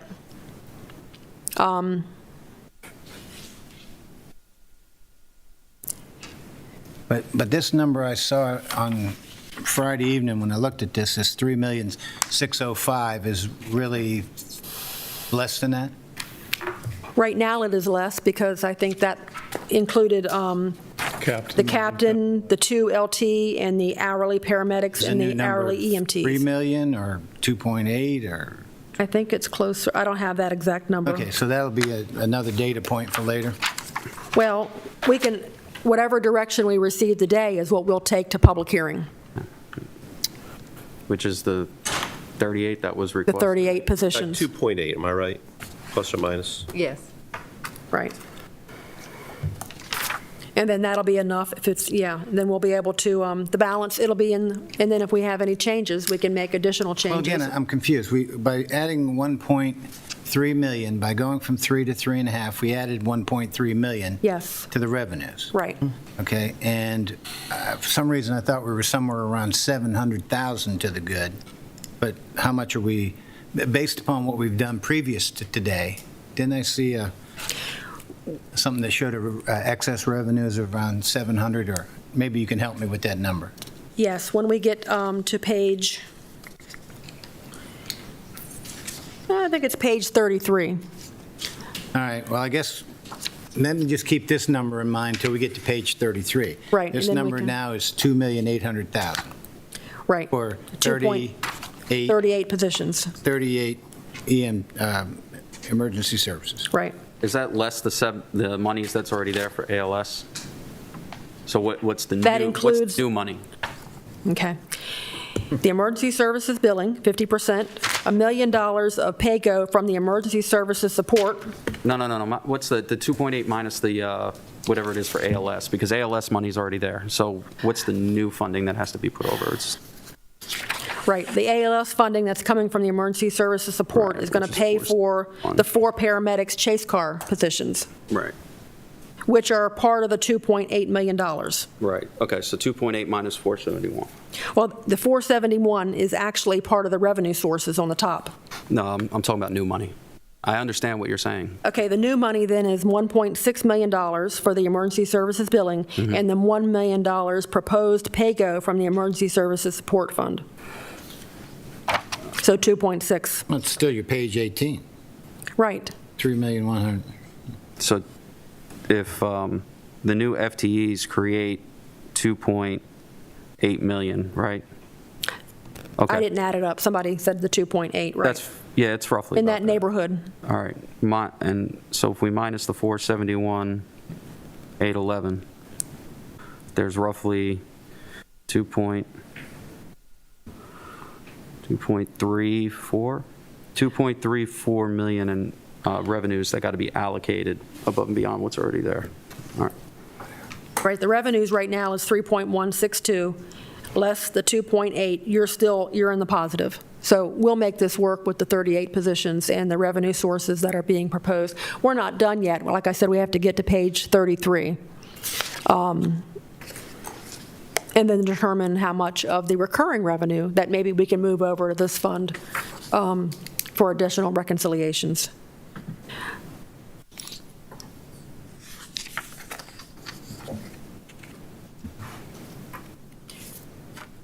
So your direction on this, we can bring back for the recommended, and then, because again, this is for July 1. We're still early, we can get through the recommended budget, and nothing is concrete or finally approved until May. So we can bring back, we can review, we can get updated information, and then any changes that you want to make at that point, we can make them after the public hearing. Right now, we're just trying to get a budget to the public hearing, and we want it to be a good budget, I understand that. But we can go in maybe at a lower amount, which the positions went from 46 down to 38, so they are less.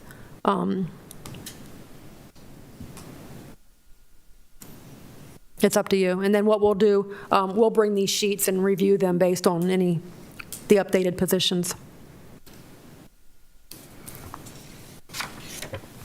Any more questions, Commissioners?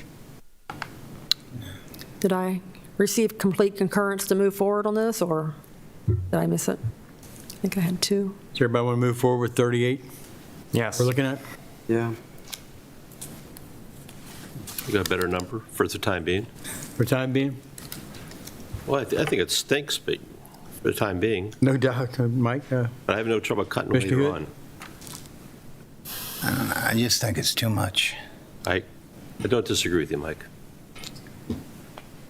Or something in here is rotten. Do you want to reduce the 32 MTEs and then get a better reconciliation and I information, tell you and what, then? move forward with what you have. Okay. If I'm the third vote for that, but I don't know if I can support this at the end. I mean, the whole emergency services thing is just Yeah. blown up. Let's go ahead and move forward with that. And Mr. Walker's going to get back with all the chiefs to the rescue squads, get an actual firm number. Get a better number. Of the EMTs they need at this Quickly. time. Quickly. Quickly, I will do yeah, it please, quickly. to fulfill their, if it still ends up 38, but we'll have to look at the reconciliation at that point. Okay? Everybody happy with that? Thank you, Mr. Walker. I'm going to go back to my office and start making phone calls. Mr. Walker, make sure they drill down the hours of service and everything from the public safety. Thank you, point Mr. of view. Walker. Appreciate it. I Thank you. appreciate it, thank you. All right, we're still on follow-up. Okay. So let's turn to page Yeah. 19.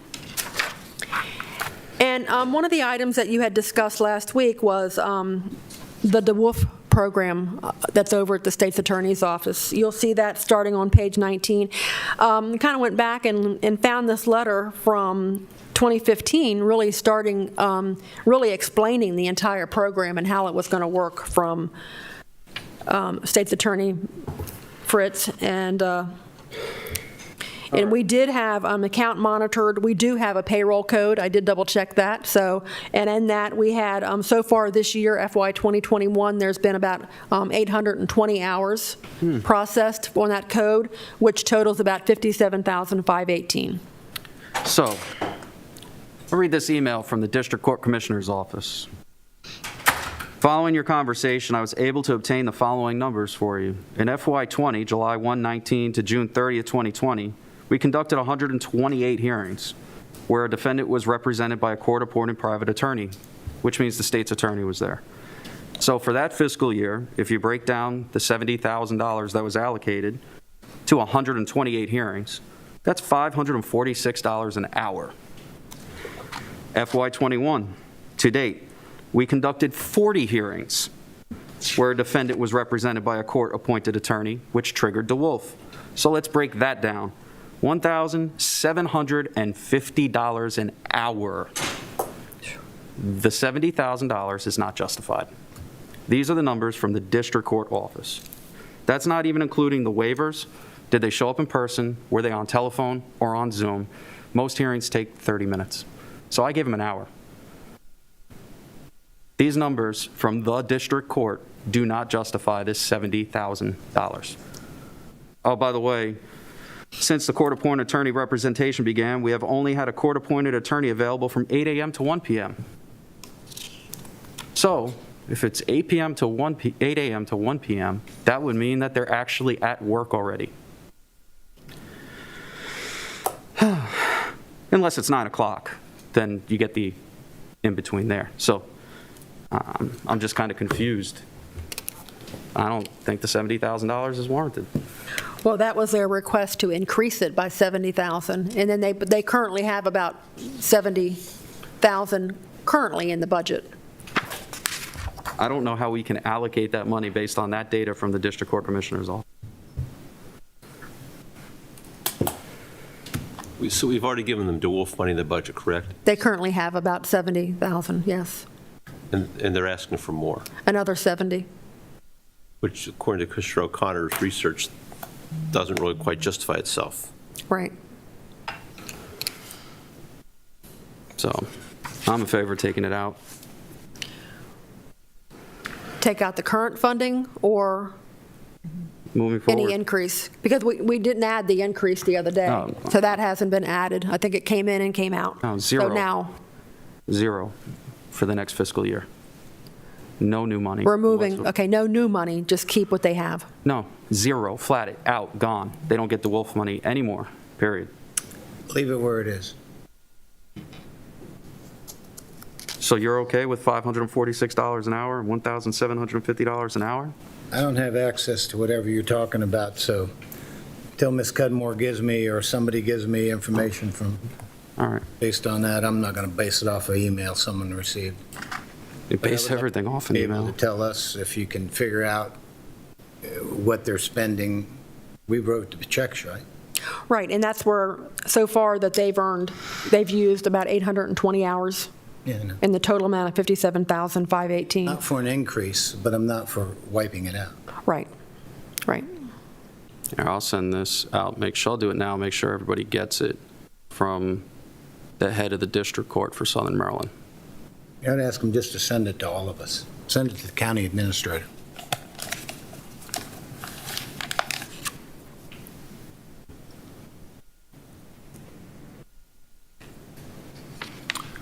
Okay, so what was the decision you're looking for? Well, one decision was to increase it based on their request, and then No. I think, okay, no, okay, all right. Good. And the other one is to leave it where it is, and we're just going to have to scrutinize it, and if they're not using it, I don't see any reason to give them more. Right. Okay. No increase, just leave it where it's at for now until we have more information. Okay. Thank you. Everybody on Page- that? Is that good? No, absolutely not. Okay. It's theft. Next. Page 21. Okay. Commissioner Hewitt, you asked about more information on that Wycomico debt payment? Oh, yeah. Yeah. So anyway, there was a loan that to build the Wycomico Clubhouse Right. that they had gotten into, and I think one of the uses for the fund balance for the commissioners back in 2012 was to pay off that loan. Right. And then at that point, there was we had gotten a new interest rate at that point from PNC, and they had given us a rate of like 2.68%. But tell me, we're not paying that, though, are we? No, we're not. So why are we making them pay if we're not paying? Well, we actually, as of July 1, 2015, the interest has now been removed. So now they're just paying back, this Wycomico fund is just paying back to the general fund the loan amount, no interest at all, for what they had paid off the loan for. It was a inter-fund loan.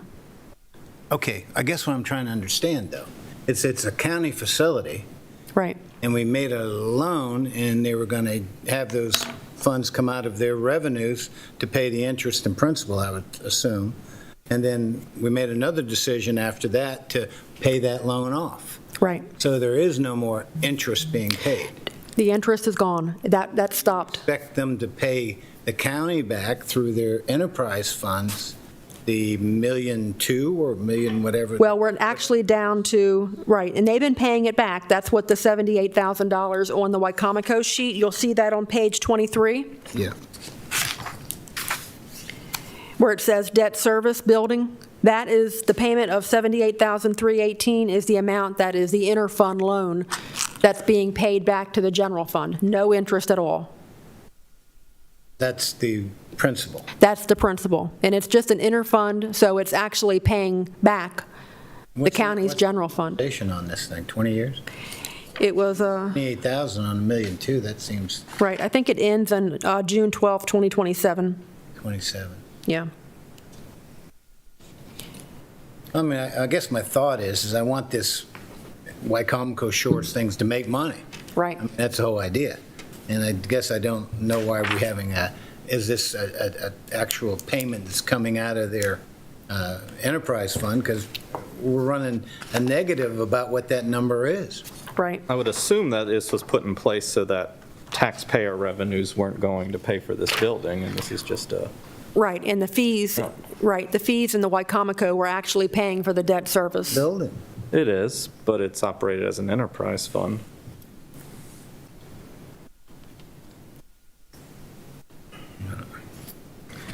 I just don't know why I'd charge myself interest if I already paid. Well, Commissioner Morgan's signature is on this agreement. At the end of And the day- interest stopped in 2015. So we did reduce that expense to the fund. We didn't need to receive the interest.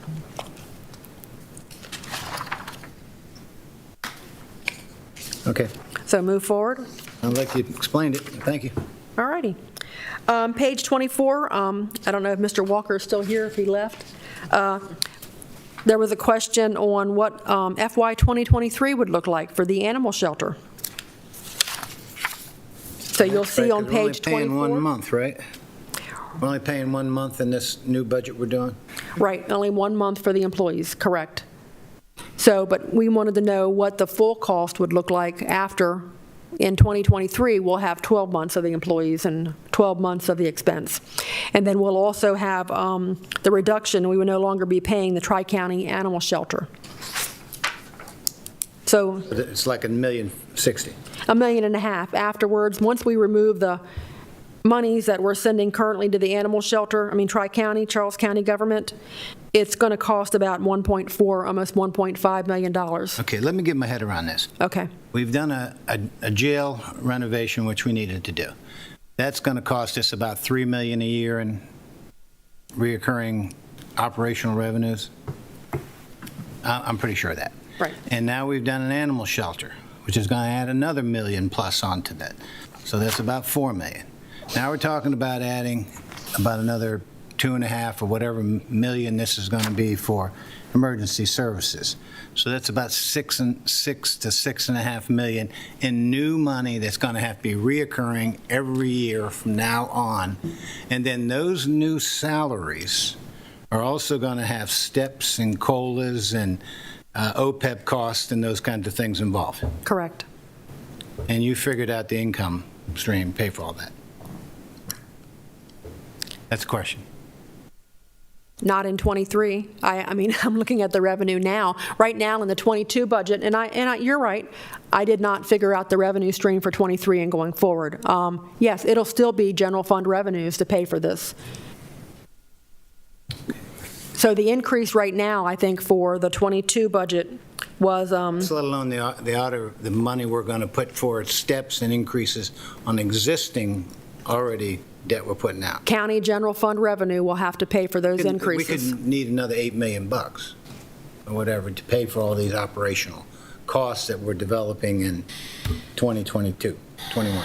Right, and we'll have to look at our projections for future years for the revenue. So, it's recurring revenue, like your property taxes and your income taxes. Those are going to have a certain amount of growth related. And they will be the revenues that will be covering this animal shelter. And I think there's some fees and stuff, whatnot. But we get in these additional $7-8 million at a time when we could potentially have lowering monies come in as the stimulus money finally goes away and we're dependent on economic activity to take its place. And I agree. Those are all things to be considered. This is budget's increasing recurring revenues. It's going to be increasing recurring expenses, and you're going to need recurring revenues to pay for this. So we do have to, that's why we should continue looking where we are and knowing and being careful. This is a big expense. Building the animal shelter is a big expense. Building the addition to the jail is a big expense. Well, both the animal shelter and the jail, in my opinion, had to be done. Right. I mean, the animal shelter, hey, look, we couldn't have something in Charles County that was supposed to satisfy St. Mary's counties, and honestly, the jail, we knew we had a issue there that needed to be taken care of. Right. I know, we got to get this EMS under control, too. So on page 24, you'll see, we currently are paying $1,060,000 right now for animal control. Okay? So the new costs are going to be the $962,000 above that. But that so the $1,060,000 includes the $534,000 that we're paying Charles County. So realistically, we're paying $1,060,000, and going forward, after reducing the amount we pay to Charles County, it's going to be about 1.5. So realistically, it's an increase of roughly $500,000. But it's still $500,000. That's, you know. It's $500,000 for 1 month, right? No. This is an annual. This sheet's an annual cost. Okay. This is projected for FY23, because in the Gotcha. 22 was the 1 month. So you wanted to know how much it was going to cost on an annual basis. The increase is about $500,000. I think one of the, Debt service on the new building? That's going to be bond expense. I think the majority of that animal shelter is PAYGO that you used in the CIP. That's right. But we did end up with, I think, about a 1.9. Something like that, about a million something Dirt that we're work or using something. debt for, right. Yep. I think Yep. one of the issues, Ms. Cudmore, but it's not your fault, is that we have all these projects, and it was realized when we did these projects that these people were going to be there and the costs were associated. It was pointed out in every single meeting Sure. that this day would come. But some of the things that's hard to track down, if you're not doing your due diligence, is the difference, right? So like you just explained, it's $1 million, but it's not $1 million, it's $500,000, because we're already absorbing the costs that are coming from over there. So it's not $1 million in new revenue, it's $500,000 in new Right. revenue, which was why, similar before, I was reducing the monies for ALS, because that's not new revenue or new expense. So the new expense is really $500,000, not $1 million. So it's, Right. I think that's the hard part to get through with all this with the CIP. Right.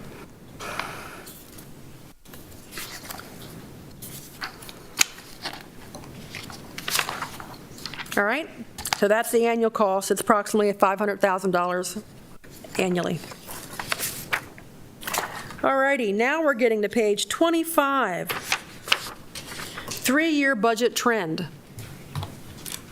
This was proposed by Commissioner Colvin last week. He did his three-year trend, and he came up with, for county departments, proposed looking at the 3 years, 2019 and 18, and then comparing it to what we're spending now in the 2021, and then looking at the 22 requests, right? So we sent this out to all the departments, and some of the numbers were high that you had, because some of them were, you can see footnote number 1, number 2, most of the accounts that were identified were grant accounts. Right. So that's why the 594 in Public Works, only the amount that they could come up with was the 37,000. So the departments all looked at their budgets, and they reviewed it, and they submitted that they could take the reductions of $259,559. That's good. Thank you. And you'll notice that finance gave up the entire $10,646 that you proposed. I appreciate that. Thank you. All right? Thank you. But if you need it, ask for it. We will be back if we need it. Very good. All right. Page 26, I'm going to have Catherine come up, from Director of Human Resources.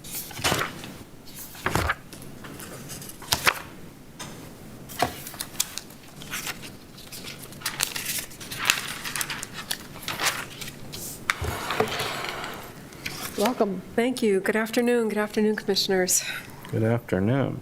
Afternoon. Last week, the discussion of the non-public school contract came up, and Commissioner Morgan asked to consider how this would impact our drivers and hourly compensation. So we took a look back at hourly employees.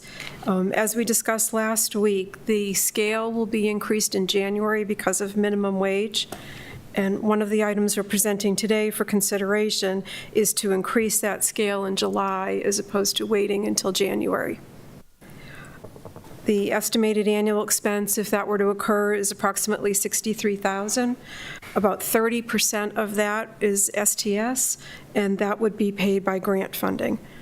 So it's approximately a $44,000 increase. Through grant money. No, the 44 would be the delta that would be not grant. Okay. Hourly employees, when you approve a step and approve the scale, if it's not identified for hourly employees, that doesn't occur. So the last time the scale has been increased was in 2018, and that was by 1%. And hourly employees typically do not get step increases as well.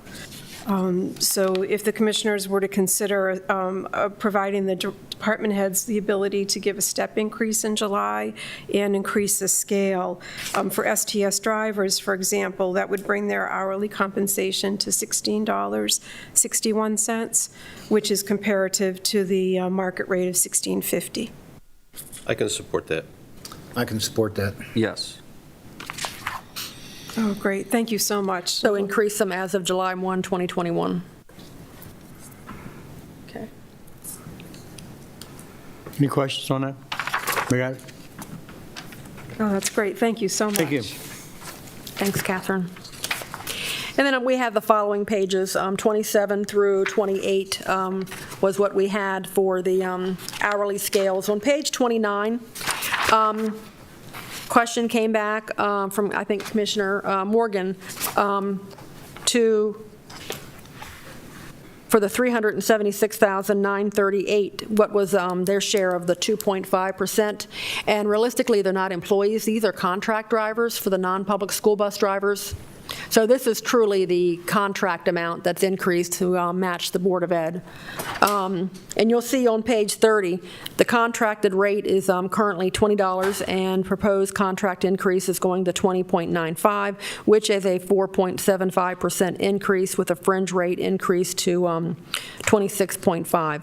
So the cost of this to fulfill the contract for FY 2022 is $376,938.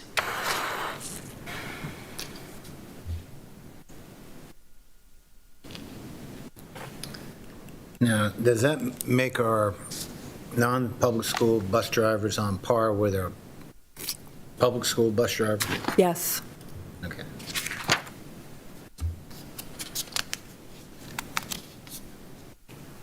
Now, Okay? well, I just Okay. had a little confusion in my head. The Board of Education asked for $571,000 for transportation. The number sticks in my head. And I'm under the impression that was for increased pay for their drivers or PA allowance for their contractors. Right. Now, is that, I guess, they don't get the 571, or if they don't, right now, I think we've allocated about 2.6, 2.7 to them of their $8 million request. So if they don't do anything with their transportation, are these bus drivers going to be paid more than the public school bus drivers? Possibility. Right. And looking at their ECC, and it does say for increase in contracted transportation expenses on page 44, $519,778. Oh, 519, sorry. Yep, $519,778, and that's on page 44, under the Board of Education. Increase in contracted transportation expenses. Oh, there it is, yeah, 519. So if they don't get, if they're only getting of their $8,473,000 request, if they're getting less than $3 million, and they don't fund that transportation, are we again making the public school bus drivers higher? Because we control their pay, or does that go through the Board of Education? That goes through the board, because they're contract drivers, so that would be the contracts that they have, and then we currently match their contract for our non-public school bus drivers. All right. Well, I mean, I think that we should pay them, but.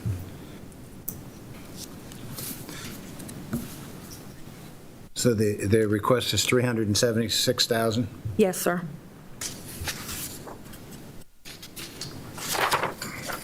Okay? Okay. All right. 100 here, a couple hundred there, it adds up there. Oh, yes, man. Yes, yes, it does. And, okay, well, now we're, I think we're getting ready to get to new stuff. Aren't you excited? Yeah. The new stuff, Yeah. what you call it? Yeah, we've just been on follow-up for like, what, 2 hours? Thank you to everyone who's been waiting. Huh? Thank you to everyone who's been waiting patiently. Really, thank you. Page 31, again, is our summary revenues, and you approved for the income taxes to go up by about $1.3 million, so that'll be an increase in revenue, so we'll have that updated for the recommended. Page 32, and just in the same format that we followed the last time, the items that are in blue are the budgets that we'll be talking about today or reviewing, okay? So you'll see the items in green, the county departments, the elected officials, the Board of Ed. We talked about in the employer contributions and debt service. So we'll be talking the first, I think it looks like Department of Health. But we will, before we get there, we'll look at page 33. And this is kind of an update to, at the top, we talk about where we were on March 9th and the revenues and expenses for the general fund. So this is all general fund. And then below that, you'll see, actually, there's like 5 columns. So if we go over to the expense column or the revenue column, and you can see we started off with revenue at $263,600. We added the revenue of $45,600 for human resources employee ID protection. We added the grant revenue of $372,324. We added the revenue for $286,962 for the health insurance for our county employees. Various revenue changes, we reviewed the revenues and came up with $127,586. And then from there, we have identified unrestricted available fund balance. And remember I said you have $11 million that you can use and still maintain your 15% floor. So direction was received last week to use fund balance for your vehicles, because and so that they would be non-recurring.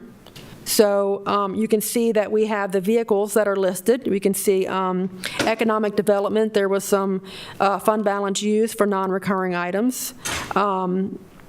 Building services, highways, recreation and parks for $374, animal control and shelter $147,550. That includes, I think, the startup cost. $7,500 for Circuit Court, Sheriff's Office, other request, $872, but we do have to make a correction. Thank you, Lottie. There was some, I think, about $4,000 or almost $5,000 of items that were recurring costs, so we'll have to adjust that. Which one are we talking about? The Sheriff's Office, other request, the $872,647, that should really be, I think, what, $866,857. I see. Which is for their vehicles. We've got like about $5,000 in there that I think we moved to the wrong column because it's that item is no longer it's recurring in the budget, so that will have to be reduced. And that brings the total fund balance changes that are being proposed of $2.7 million, which is principally your vehicles, purchasing it outright and not doing exempt financing. Okay, so the 2.750, that's going to be a funding source. So that increases your total revenues, and it brings your revenues up with the other items that were added after last week's budget work session up to $267,193,374. Been our experience with the exempt financing for interest rates. It seems like they've been really in the ones. It was like, I think this past one was like 1.70. So yeah, we get some pretty low rates on that. So we just did one this past fall for the 2021. Figure out what the savings was on doing the fund balance versus doing the payout? I think we had in here, if we financed it over 5 years, it would be roughly $778,000. In additional cost? Annual cost for 5 years. But I didn't do the calculation for how much, well, it's really realistically. About saving money, but Yeah. sometimes if you can get a lower rate and it's All right. All right. Let's leave it where it is. Okay. And then if you look at the expense column, our expenses are now up to $265,582, $62, based on items and decisions that were made last week.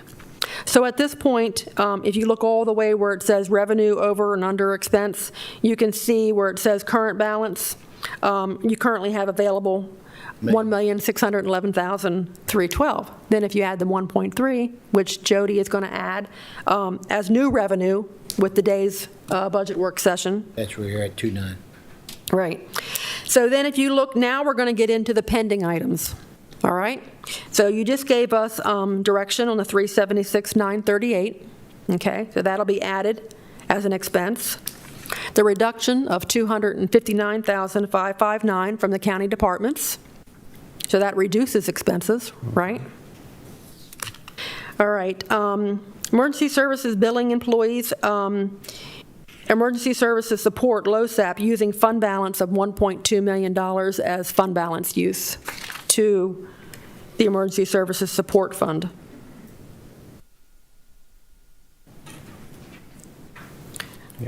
Go ahead and move forward with that. Just like the vehicles that are in the general fund, we have vehicles, well, we actually have, if you look at page 34, the detail of the vehicles are on this page, and it's amazing how much those transfer trailers and excavators cost for solid waste. Well, the full cost for 3 transfer trailers, for each one is $138,667. And they're requesting 2 excavators, and each cost for an excavator is almost $300,000. So that would be then pay-go. So and since that's an enterprise fund, this would be pay-go from the general fund over to the solid waste fund to pay for that. Okay, so we would have pay-go from the general fund for the LoSAP, pay-go for the general fund for the vehicles and the solid waste plan, and then also there's a solid waste plan update, the $58,193. We can use non-recurring revenue for that also. And then that's what's proposed. So after all of that, I think based on your approval, then we'll go ahead and move forward. And remember that the use of fund balance, just like on the top where the net changes are, the use of fund balance is a funding source. And then the expense in these funds will be pay-go to the other fund. So that's kind of, all right? All righty. So then, like I said, on page 34 is the detail of the county vehicles and equipment. And at the bottom are the vehicles for the sheriff's office. For a total amount, grand total, on the top of page 34, $3,385,857. And we're using fund balance for that. So with that, back on 33, you'll see in using the fund balance, I said we had $11 million that we could use to maintain the 15%. This brings our fund balance down to 5.9, almost $6 million that's still available, not used. Okay? All right, now we're back on, we're getting back to our regular sheets where we have the master ECC sheet. And I think if we go back now to the items that are blue, because you've addressed all the other stuff, I think the blue starts on 42. And Jody, if you want to kind of jump in and we can start going through those. Yes, thank you. Okay, so the first department we're going to look at, again on page 42 of the essential cost change master list, is the Department of Health. And just to remind you, for each item that they're requesting, we have the corresponding backup. So for the Department of Health, the first division, their administrative division, their request is on page 48, and they're requesting a 2% COLA effective July 1. Well, is that the governor's recommendation in the state budget, I believe? Dr. Brewster, would you like to come up, please?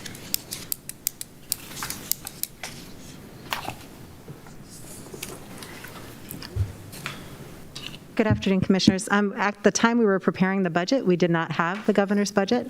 So we projected, as I described in my executive summary, we projected what a COLA might be if one was to be rolled out. And in my executive summary, I clarified that as well. That's what I thought. So whatever the governor does, we do.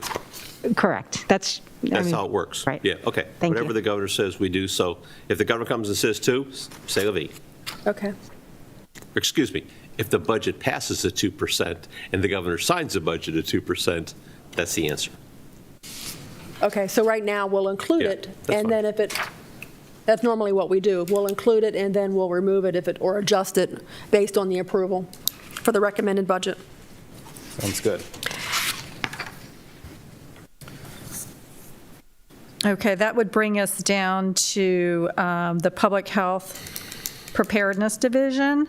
And if you go over to page 52, that's the first request that doesn't relate to the COLA costs.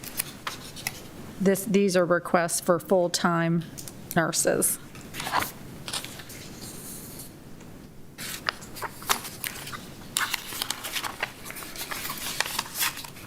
That would be on page 52, $442,254. Is this for the 4 nurses? Correct.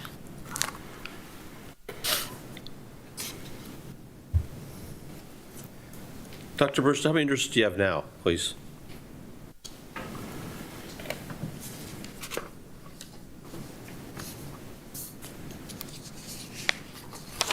Now it's a little bit different, obviously, with the surge response that we currently have with COVID. In normal times, we usually function at about 3 FTE. In infectious disease in particular, we have nurses in other areas of the department as well. So you have 6 now. 3 normally plus 3 infectious? No, three infectious disease nursings. Correct. Today? Well, right now, we're in the COVID response, so we've got several on top of that. Most of the additionals that we have right now are all surge staffing, though. You have it through the CARES money? Yes, we're using CARES funding and other funding streams right now that's specifically for COVID response to support our surge staffing right now. Todd, I didn't mean to take you away from your train if you're still going. Excuse me? It was okay if I ask her? Yeah, go ahead, sure. So tell me, if you get past COVID and you're not doing COVID anymore, what happens then? Well, let me just ask you this. When the CARES money goes away, will you be at your at your staffing prior to COVID? Yes. And what you're asking for is 4 nurses above, so this would be 4, it would be, These are once from- COVID's gone, there'll be 4 more nurses. These are from merit positions, and as I described last week in our Board of Health meeting, I described why we're looking at a new normal after COVID that we need to be prepared for as a community, and new responsibilities that we'll need to be engaged with as a local health department. Yeah, I do remember that. Tell me, as an off question, at Hollywood, you going to have all those cones and everything out there for the rest of the year? Is that going to be a long-term thing what we're doing with all this? Right now, our contract with Hollywood takes us through the summertime. That's what we're anticipating that we'll be running a vaccine response for. So much of this we're not sure about. It depends on vaccine supply and the rates of vaccine uptake in our own I guess the better population. question is demand still outpacing supply? Yes, absolutely. Thank you, that's what I need. All right. Are these nurses in addition to the ones for the community health centers at the schools? So we haven't put in our budget nursing to support our school-based health centers. We've applied for grant funding to support operations at the school-based health centers. And we'll be announcing soon that we were able to achieve some grant funding to support those school-based health centers. How much? We're waiting on the final award from the state, from the grant that we applied for, but we'll announce it as soon as we get a final award from them. All right, well, do you believe you're going to get the nurses for those locations without the dollar amount? We'll get a certain amount. It'll be enough to get us going and to do some level of operational support for the school-based health centers.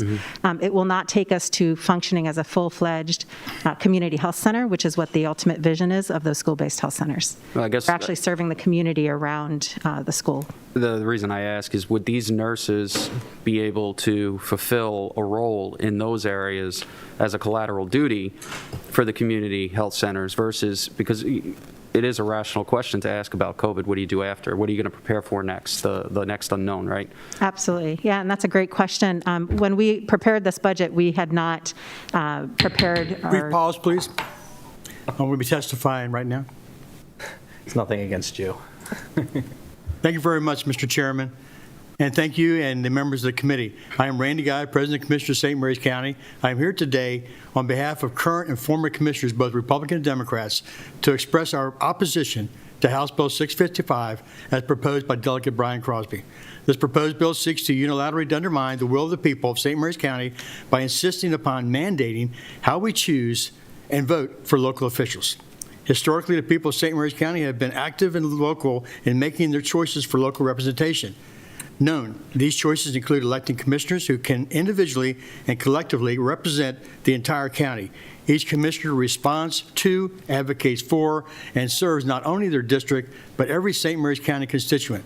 There are no economic, geographic, or legislative lines drawn. We all work to serve all of the county, regardless of what district we represent. Our system is not broken, and we do not tend to be told how to restructure it.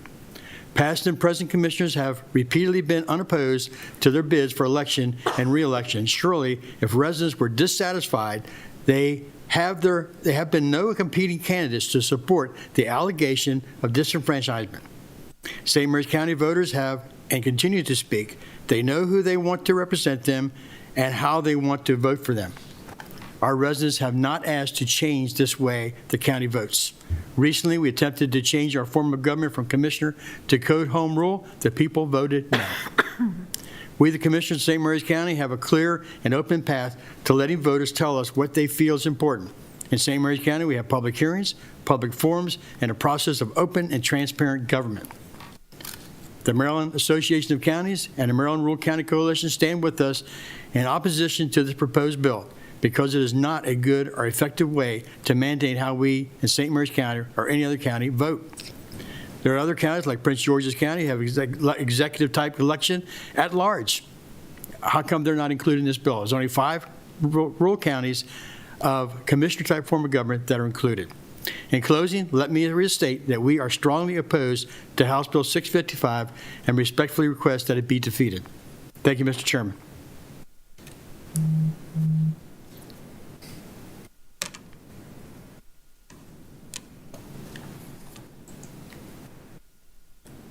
We will now resume. I'm sorry. I had to stop for a moment to testify to a Senate committee on House Bill 655. Thank you. Great job. We apologize, Dr. Brewster, for that quick interruption. Most They exciting. called me so quickly. I'm sorry. I just didn't have time to even announce it. Back to where we were. So I think over the past year, we've seen across the country, local health departments have played such an important role, no doubt. And Dr. Brewster's made very good case for why you need merited employees. We're going to be getting $22 million of stimulus funds for the county. So what I'd like to see is, and that's not 1 year, that's several year money, be able to use those funds to cover this for a period of time to help meet the needs that are emerging. That's where I'm at with it. Tell me about the 22. Is that, you're saying it's several years of 22 million? I believe it'll last several years. It's not, doesn't have to be used within 1 year. It ends December 2024. Okay, but it's one-time grant. It's one-time grant. Needs to be spent by then. Right. But do we ever heard what the strings are attached to it? No, we haven't really received the specifics at this point. I think the counties were proposed to get $22 million based on the population of St. Mary's County, and then it's going to be allocated. That's truly the money that's going to come to St. Mary's, and then that will be allocated, probably like what we just went through with the CARES, for specific agencies or cost, and then we will hopefully get that information. But I think we were going to get like half the money now, and then a year from now get the other half. So You're correct. Secretary Yellen was on the news earlier, maybe at noon or 1 o'clock, and she said basically firmer guidance would be coming out in the next 60 days. I know Dr. Bridget had gotten some information. She can tell you what it says. But, you know, the big paintbrush is what Dr. Bridget has. The better paintbrush is what Secretary Yellen says in the next 60 days. And the third paintbrush is how do you put it all together to make it work? Well, how do you relate that to the health department? It's the money, money it how do prepares. you, what Commissioner Colvin wants to do is use grant money to pay the bill. Yeah. But these would be reoccurring. But there's a tail at the end. Well, we got 2 years we could use the money for. Yeah, I mean, properly managing the money, I have no problem supporting the way Commissioner Colvin's doing it. The biggest thing for me is making sure we get that full service down there where you can have some collateral duties for the nurses. in Absolutely. those- And to speak to that question, and our school-based health centers, we're really grateful for that partnership that, of course, generated that. We're eager to operationalize that so it can benefit the school community, and then so it can benefit the community around the schools. What we are initially envisioning is some capacity building funding from the state that will likely last about 1 or 2 years. And that capacity building funding will allow us to establish protocols, to establish a presence, to serve the school-based needs. And then we will build from that to support the community-based. These infectious disease nurses that I've included in this budget are not intended to provide clinical services in those school-based health centers. However, anytime you're operating a clinical setting or a clinical practice, you need to ensure that you have 24/7 call coverage to cover, to answer questions that patients have or issues that patients have outside of your operating hours. That's just a part of providing primary clinical care, which is what we envision out of these two spaces. And if we're going to operate a 24/7 call service, we already operate a 24/7 on-call public health service, but it's not a clinical on-call service for patients who are calling that have issues that need to speak with whoever's on. And so if we're going to be operating that, we can't operate that off of 2 nurses, one at each school-based health centers. You need you need a group of people who are then able to share on-call responsibilities. So we do envision these nurses and other nurses that we have that are not grant funded in our department to help with that 24/7 call coverage. Is that part of the PNC building, that change Yes. as well? Absolutely. So, I mean, the $1.5 million building that's being donated from PNC Bank is specifically for behavioral health crisis stabilization services and the kind of ancillary community services and, jail diversion programs that tie into behavioral health. And I think that is an incredible gap in our community, not having those services. We've recognized that gap for years. This building will be an amazing step in the direction of meeting that gap in services for our community. That will need to be operationalized as well. And we are going to very aggressively pursue grant funding to help us operationalize that. But some of the services, behavioral health crisis stabilization services, are not completely billable services. Insurance companies aren't set up to reimburse those services. So we will be depending upon grants and other funding streams rather than, just billing for those services. Okay. So they could have collateral duties. Yes, absolutely.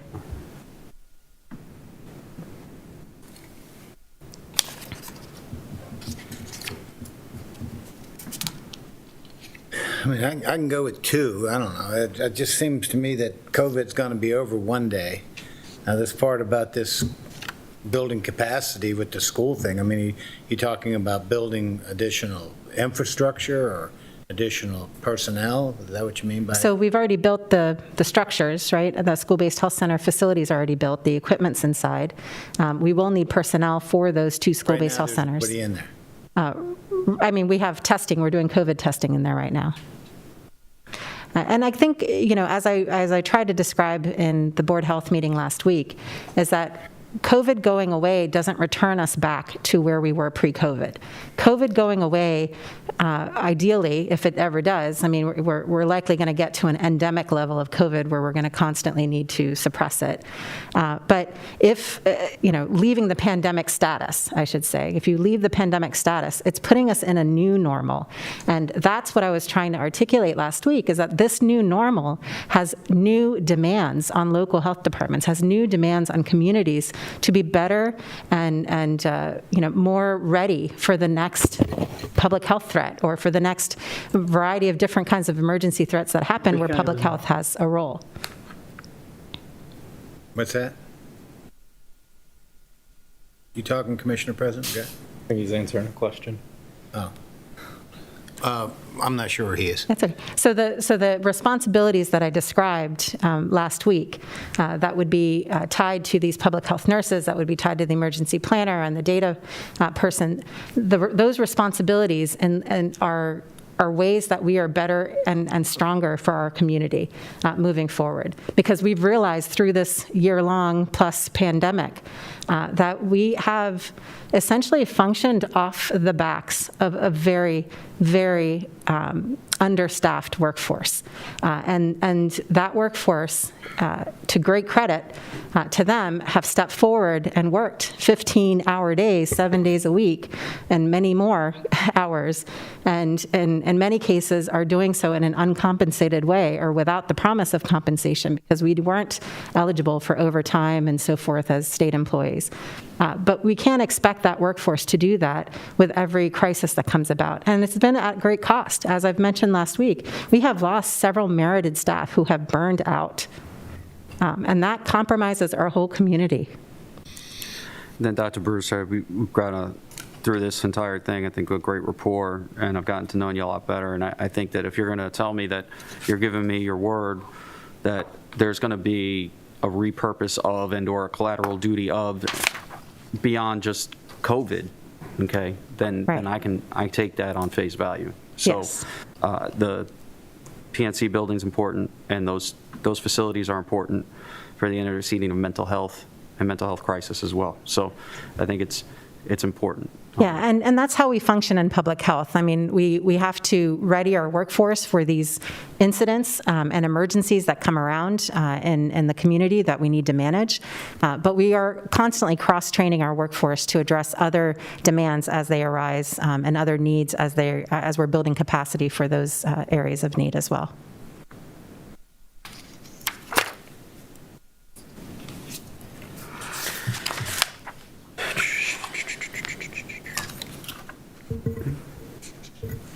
I think that we can get the nurses, the ophthalmologists, I don't know if we need another, excuse me, what was it called?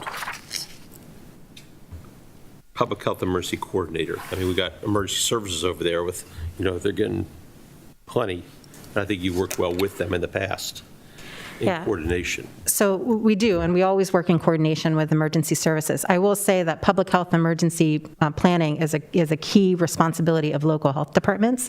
We are the lead agency for all emergency support function 8 incidents, which is health and medical. And so in this pandemic response, we have, I think, set the tone for the pandemic response with all of our partners. But a lot of that responsibility fell on us to manage this pandemic response and to kind of set the framework for the pandemic response. And so the readiness for public health is a responsibility of local health departments. And while we are always appreciative and constantly working with our community partners, including other public agencies, ultimately the responsibility is on us to make sure that we are prepared for the next public health emergency event. Thank you. Is this this position, would they be the ones that work for the grant funding that coordinate all of that, similar to what we did here, a lot of the monies that the county was able to use through the health department? No, so our in terms of coordinating the funding streams and so forth that come in, that's more through finance. Okay. In our finance office. We rely upon all of our positions, including those infectious disease programs, the public health emergency preparedness, anybody tied into that, to make programmatic decisions that are necessary based on the needs that we've identified. And then the management of the actual funding stream is more through our finance office. So, Dr. Brewster, with all the money, let's use manna from heaven, what is the state bringing down to us that we don't know about yet? So we're waiting on this 22-some million that may be coming to the county. The local health departments have not gotten any guidance from the state as to how those funds will be distributed, and as you discussed earlier, what is tied to those funds, like what restrictions are on those funds. Grants usually come with significant restricted use. But I guess more, maybe wording it differently, we know we're going to get this $22 million.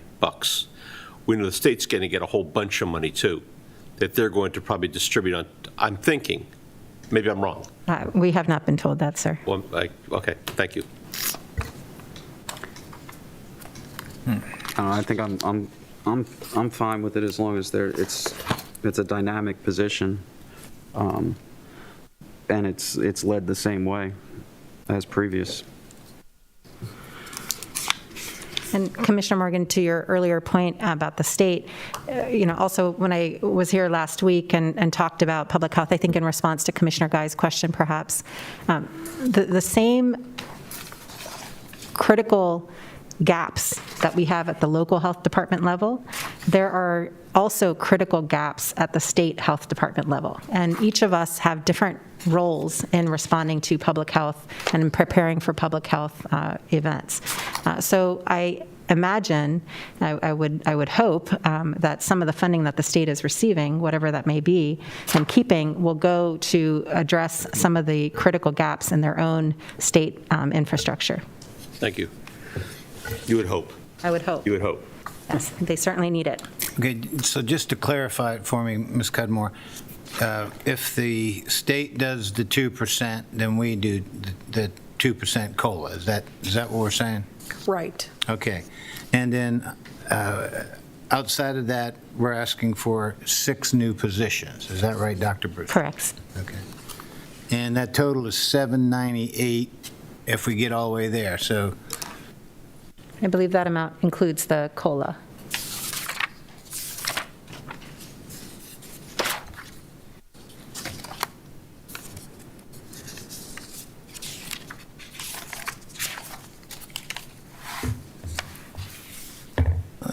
decision time, you with us, Commissioner President Guy?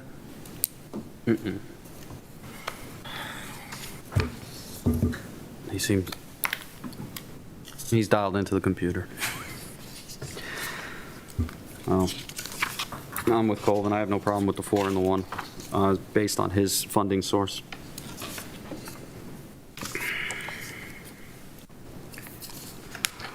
Six positions? I think Commissioner Morgan said yes to. I was going to go with 5. 5? Was it 4 and 1? 4 and 1. It was 4 and 2 if they want, but Oh. what you're saying is leave the public health emergency coordinator. So it'd be Yeah. about a total of about 700,000, a little over 700. It'd be about $700,000 if we take the emergency coordinator out. We're going to figure out the funding to be either, I think Money or- that the way to fund it, to figure out the funding is going to be the definition of the 22 million and the current revenue stream that we're playing so many games with today. I know we are. Now, my thought is, though, if we hire these nurses or hire these 5 people and this stimulus money goes away, it's like a grant, you get a grant, and when the grant goes away, you keep the position. Mhm. I mean, it's going to be a decision made, and It's going to be the 2 same years. for any position we're talking about right now. Right. All 80 of them, whatever it is. they're not all They're not all grant. grant funded. Those are reoccurring general fund positions. So we were up to 8 million or so a little bit ago by the time we did the jail, the sheriff, the EMS, the counties. Now we throw in this, we're up to, I don't see in the long run what we're doing is sustainable. I agree with that, but the way you would correct it would either be to raise taxes or to cut expenses, raise revenues or cut expenses. Well, you have 3 choices, right? You have 3 basis points left to play with an income tax. That's not much, sir. That's not much is right. You have property tax, which affects everybody across the board. Or you go back on the emergency Only service affects tax and find... property owners. Huh? Only affects people who own property. Okay, well, there's a lot of people in St. Mary's County that own property. A lot of people. And it's more, rent and the income tax is much more progressive than a property tax increase, which is linear, for the most part. I mean, I just did the numbers that Ms. Cudmore said, and it showed that, talk about progressiveness. If you look at that page 4, and you look at anybody from $250,000 up, you have 2.5% of the population paying 20% of the tax. Oh, we want to increase that percentage. And if the administration is, it's going to get worse. I can't even see how you're talking about tax rates when revenues are underestimated, when the actual growth has been 5.5%. So that, no matter how you look at it, revenues have been underestimated and continue to be underestimated. So you can't talk about raising taxes when you're going to generate a fund balance. You just watch.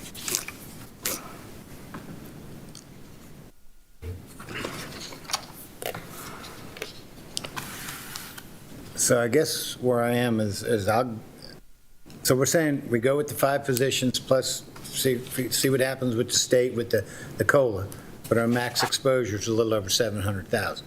Correct. The revenue to be determined. Yeah. You better bring out that little voodoo I'm doll. bringing my voodoo bag back for you American.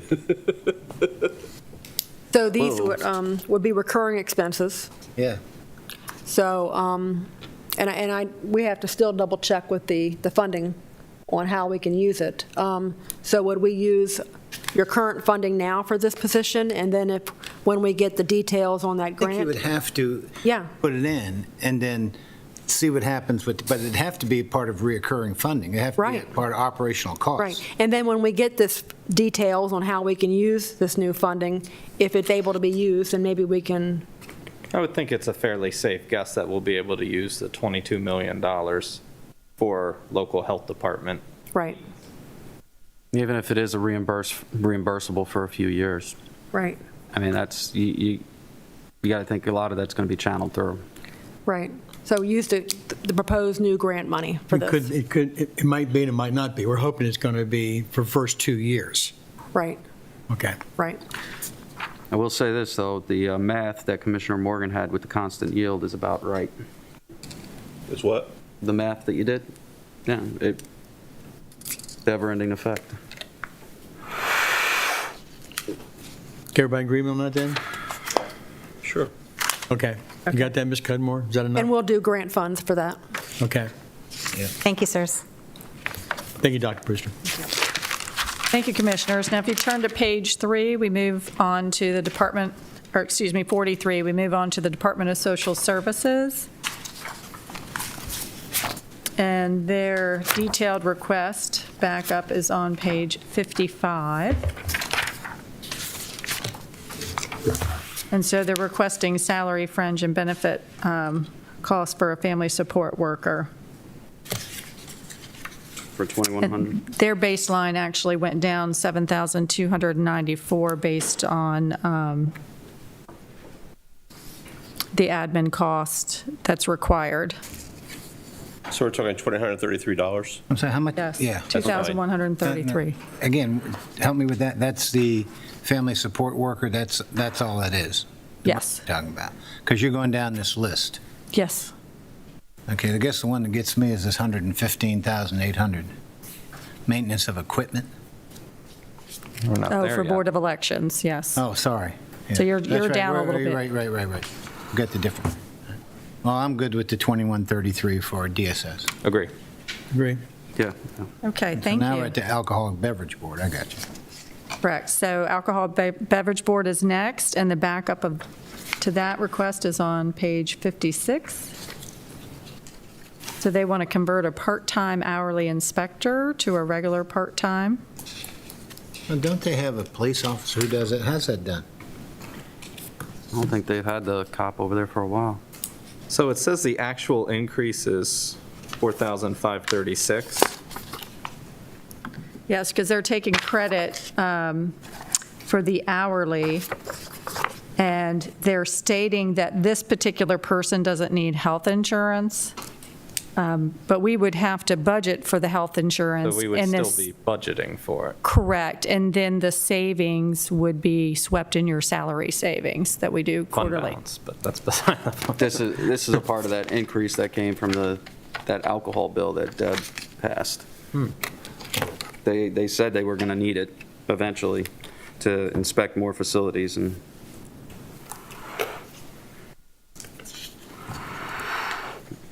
Everybody all right with that? Okay. Excuse me. Okay, the next item is an increase for the annual retainer for their attorney from $10,000 to $15,000. It costing us more, or just have more meetings? What? Well, the retainer looks like is a fixed fee, and the services that are provided, they said outweighs the amount of the fixed retainer. And what's been the actual? So it's currently $10,000. Okay, I know that, but what, it's a retainer. I guess that's based offset against whatever the actual billing is, right? So I gathered from what they wrote that it was a fixed retainer. That's how I read So it. what Yeah. looks like to me that it's been $10,000. They've exceeded the $10,000 that they give them every year for a retainer. So they eat through the retainer, and then that's it for their hourly services. And it's been that 10,000 since '09 Right. So basically what they're saying is they need $15,000 for legal Right. services. to keep the current attorney.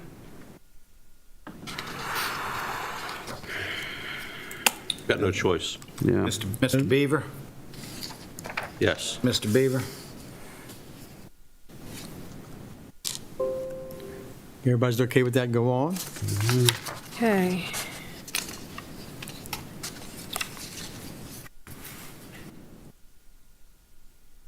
Are we okay to move on? Yes, Okay. elections. Board of Elections, so the backup's on page 58. And the first item is $115,795 for increasing and maintenance of equipment. Do we have a choice on this? Normally, no. Okay. Welcome. And it'd be worse if these bills go through. Right, So that's this is the just issue. This is the tip of the iceberg. Yes. Yeah. Add 190,000 on. Yeah, let's not please disguise this as the gubernatorial primary election. Yeah. I mean, 190,000 each. Per polling place. Yeah.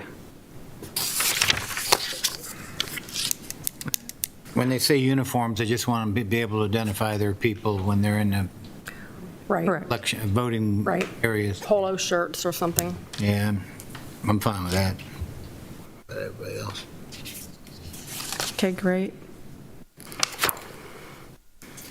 That moves us down to the Soil Conservation District. The backup is on page 60. They're looking for funding for an administrative aid position.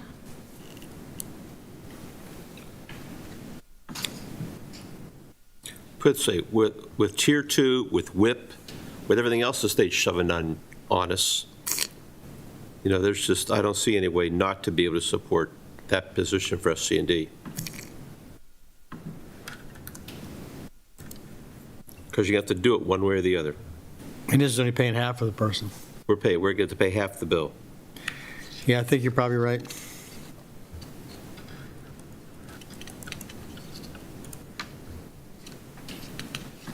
Any questions there, anybody? Nope. Let's move on. Keep track of all these positions we're adding, will you? I think we're up to 97, 98. They're being added to the list. Thank you.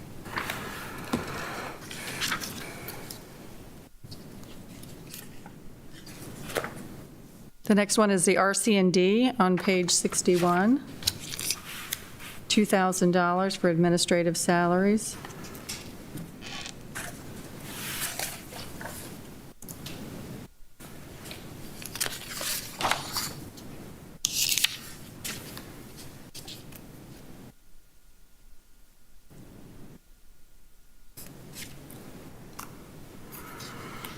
Well, don't RC&D and SC&D work together?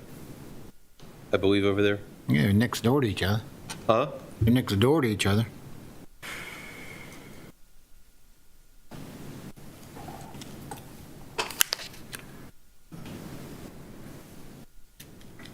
Move forward, please. Approve. Anybody else? Okay. Okay, next we have the Southern Maryland Tri-County Community Action Committee. They're requesting $19,000, and that equates to the first one, $263 for administrative costs on page 62.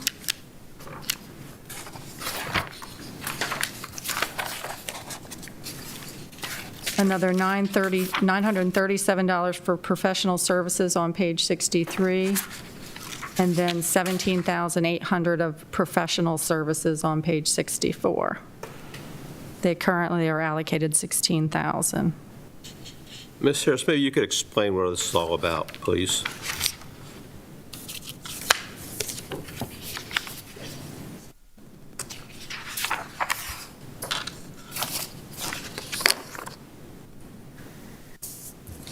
Well, to,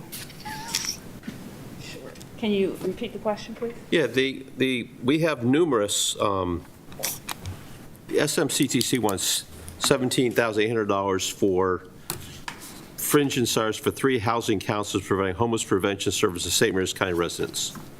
So I'm trying to figure out, with all the different services that are being provided for homeless and how it's all divvied up into different stovepipes, how this, what we're paying for is a percentage of something, or who's getting what, or, you provide these services. I know that Lanny does it at Three Oaks. We got Dennis doing his thing, and now we have more people providing support to homeless. I'm just trying to get my arms around the different pieces of this requirement.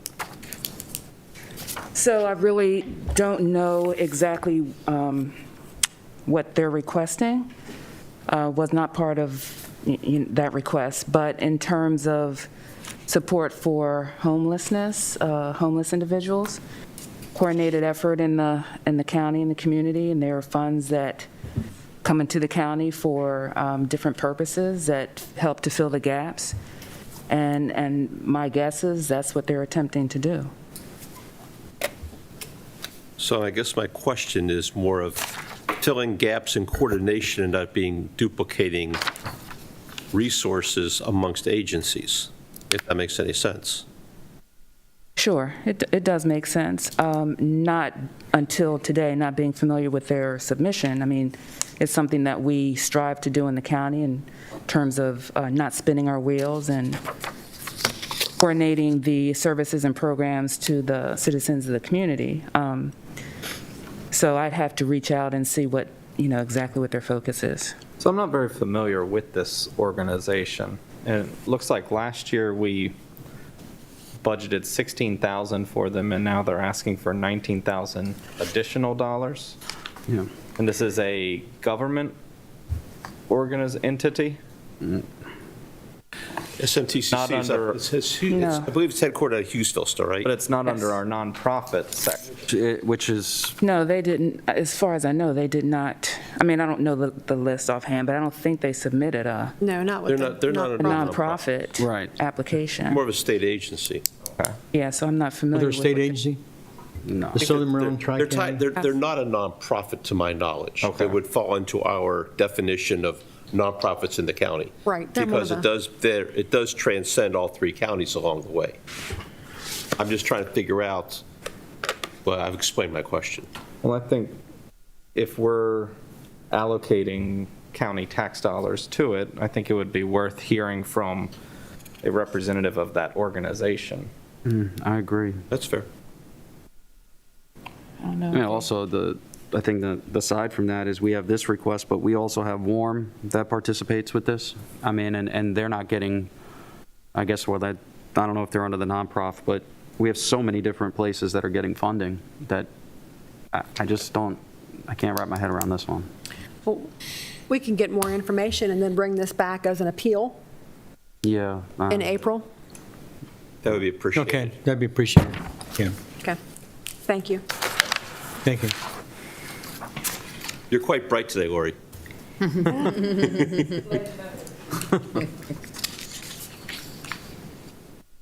Okay, that brings us to page 44, and the College of Southern Maryland.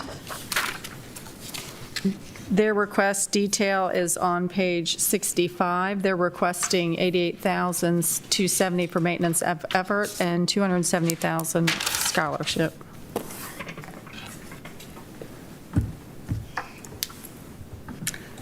I got to say, it's just great to see you. I haven't seen all of you in a year. This is terrific. I was good really seeing- excited to have a face-to-face Good seeing you meeting. too, finally, yeah. Thank you. So I've been really enjoying listening to this as we normally do. We're not usually toward the front of these conversations. Our maintenance of effort increase is what we've asked for the past several years, and you've granted it 2% just to keep the wheels turning on the bus. But COVID has been tough. It's been really tough on our students.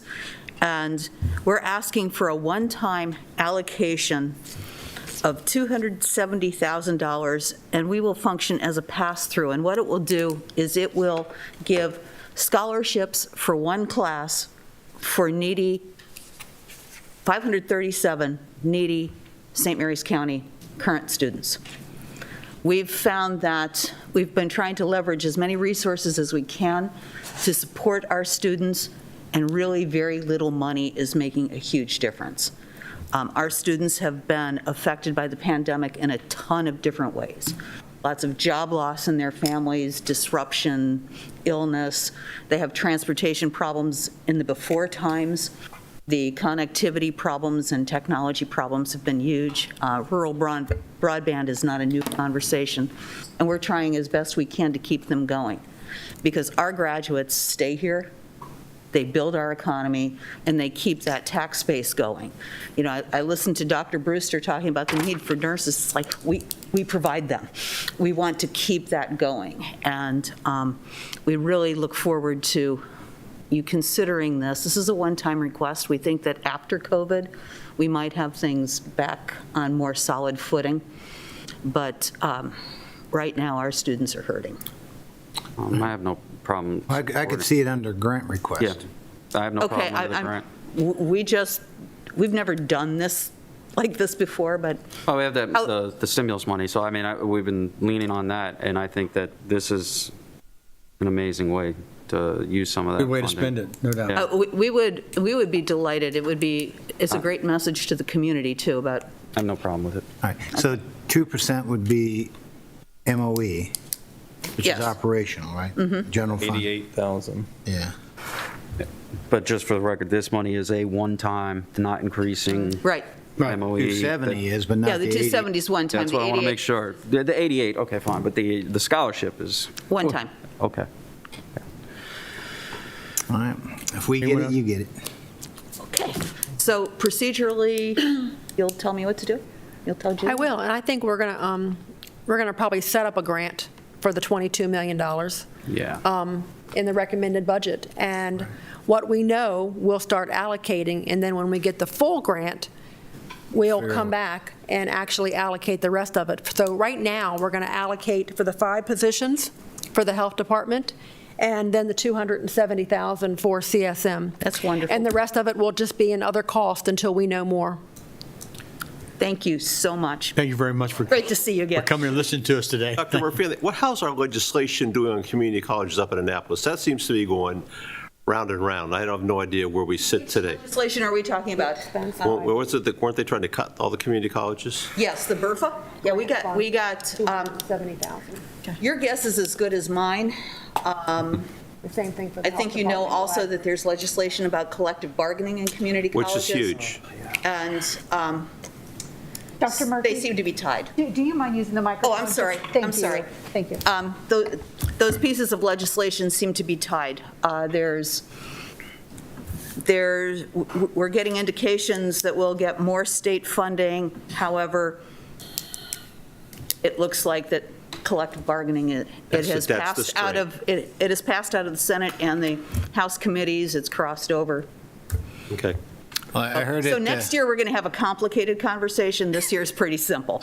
Well, at lunch, I read the news, and President Biden's going to make community colleges free. Which is great for students. That's only one of our funding streams, sir. I guess he'll provide you the funding, too, so come off of our MOE. Yeah. Okay, thank you. Thank you. Thank you very much. Thank you. And Ms. Cudmore, I just looked it up. The Southern Maryland Tri-County Community Action Committee is incorporated as a 501c3, so it should probably be out of nonprofit funding. Right. And I think we double-checked with the county attorney's office, and I think on how they're set up, they had always been a state agency. So we're happy to put them either We can- I place. mean, They go back and they forth do, because they're they do. in statute that they're required to be in each region. Right. And so we manage whether or not we're required to give them funding, Yeah. that kind of thing. So it goes both, either way, but to your point, they don't get funding in both places. Yeah. It's Right, one or only the one other. place. I'd like to see if it says anywhere that we're required to give them any funding. And we'll have to, I guess, get more info from. Yeah, please. Yeah, I don't. Okay. Good, thank you. Okay, that takes us to the library. Okay, now it looks like we're looking at just COLAs and steps for the biggest part. What do we decide on that? We're doing steps for everybody? Right, steps, no COLAs at this point. Right. Haven't approved COLAs yet. Right. And Mr. Blackwell, I know that your board is concerned that the library is going to a no more fees for overdue books. In my opinion, that's not an issue. It seems like that's the trend happening nationwide. That's the way that libraries are going in the future, and so I think you're on the right path with that. Well, thank you for that. As you probably know, the governor's veto of the Lifelong Learners Act, the governor's veto of that was overridden by the legislation this year. I've heard you gentlemen talk about an unfunded mandate. Right now, that's an unfunded mandate for us. We will not be able to charge fines for anyone under the age of 17, which I love it, but we don't get any money for that until July of 2022. So, but yes, we are working to move that direction. I hope that money might be enough to simply allow us to go completely fine-free, but we'll have to see about that. We want to be responsible about it. What's your funding impact from that? That would probably be, and it's probably be about $30,000 extra for us a year. How much? About $30,000. That's in book fines? That would be the funding we got on a per capita basis, based on what the state is giving out. Oh, okay. Yeah, so we'd probably get that addition from the state. However, right now, there is no other state increase budgeted for fiscal year 23 starting July of next year, so that would be the only money the state would be giving us next fiscal year. This fiscal year, we might be getting about an additional $18,000 from them starting in July. I appreciate that you have not given, or that you're giving steps and no COLAs. I would like to point out that this year, the only money we received from you was $2,000. We got neither step nor COLA for our employees this year. The county employees have been involved in a 3-year salary compensation. The library employees were not included in that. So we did not get anything this year. In addition, I know, I don't begrudge anybody money, believe me, but, the schools have constantly been able to give a raise to their employees. So if we can have nothing but the step, I'm grateful, and that would be wonderful, but I hope we can get something this year. There's no step in COLA last year for the library? We did that countywide. But we're not county employees. The only thing we got was $2,000 last year. It was for the mandatory Maryland minimum wage increase. Well, that was a deal for us. That was a good deal for us. Oh, you know what? Thank you. I was. Hey, you only got the You're two. right. I remember that now. And, you pointed out that we had fund balance. I have no idea what that's going to be at the end of this year, but we will be certainly spending it down, isn't it, Commissioner O'Connor? I don't think I've seen you in person in a year. Yeah. I hope you're doing well, and you and your family are doing great. It's been a long time. Yeah, absolutely. Well, I can support the 2.5, the health care, and the minimum wage increase, and maybe we can circle back around on the 1%. At the recall, or whenever we get all these numbers shook out and see what's left over, if anything's left over. Right, Jody's been adding them to our spreadsheet, so hopefully we have We an in the red or updated. the black? Yeah. We're still in the black. Yay. If it helps, I didn't ask for a health care. Get there. I didn't ask for a health care increase because we got a health care refund from the county, and we put $20,000 of that towards our OPEB expenses. Currently, we're funded an OPEB at 27%, a little over 1.1 million we have. Fully funded is over 3 million. I have no idea how we're going to get there. I don't think we ever will. But this year we did spend out of pocket PAYGO more than we had in our budget of $99,000. So I did ask for an $11,000 increase for that purpose, but we didn't ask for a health care increase. The other $30,000 of that money we got back will offset a health care increase for us next year. So we're just going to save it for that. Okay. Yeah, I hope we can come back around with everybody else, with the county employees, like we discussed with the COLA. You know, that was pretty much standard across the board. So we're going to come back to that in another time. I think the step is what we got for everybody. So. I guess the other thing we're looking at is that there are greater expenses for the new library than there was for the old one, just because it's a lot more space, a lot more computers. But, you know, if you don't see your way towards supporting that, that's fine. If I could get the money for staff, at least that would be something. I can go back to them. It will really help their morale and certainly put you on record for supporting libraries, which you've done so much for us. I really appreciate all you do. Well, you have the documentation to support the increased utilities, correct? Yes. Okay, well, I'm not asking for it right now. Okay. Just, you know, all right, I do. We have spent, as of last week, we had spent 94% of the budget for Leonardtown, and there must be a gas increase because 91% for Lexington Park, so the expenses are up for utilities this year.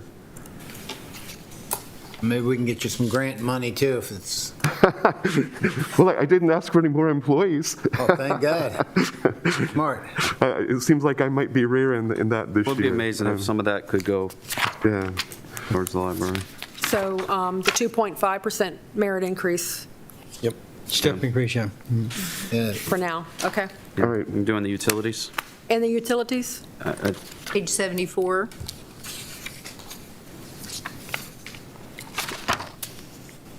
Utilities are $22,150. That's the increased utilities? Yes. Yes. Take care of that, too. Yes. Thank you so very much. I greatly appreciate all you've done for libraries.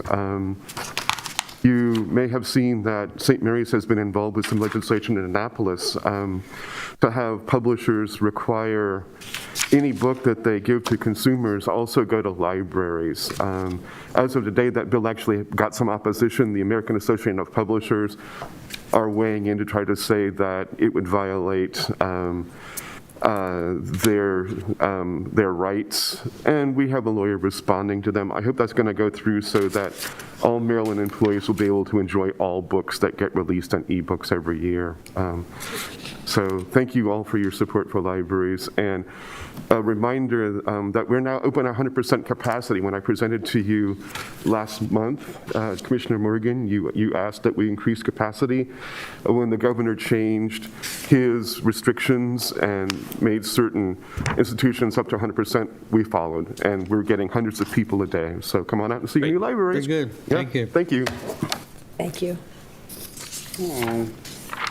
Okay, that concludes the general fund. If you wouldn't mind turning to page 47, we have the solid waste.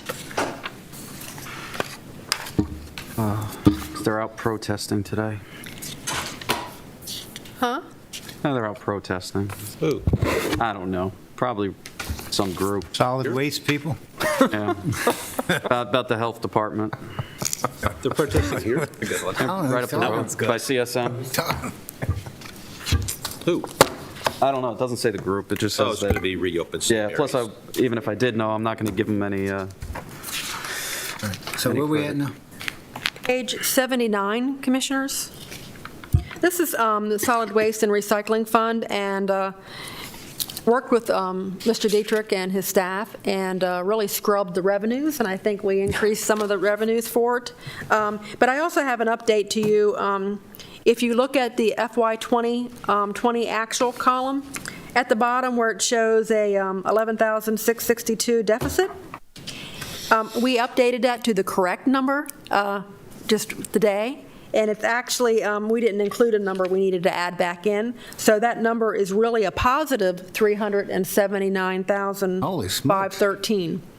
How much again? 379? 379,513. So we'll update that sheet in the recommended budget book. And then the request is for the increase in the full cost of the equipment.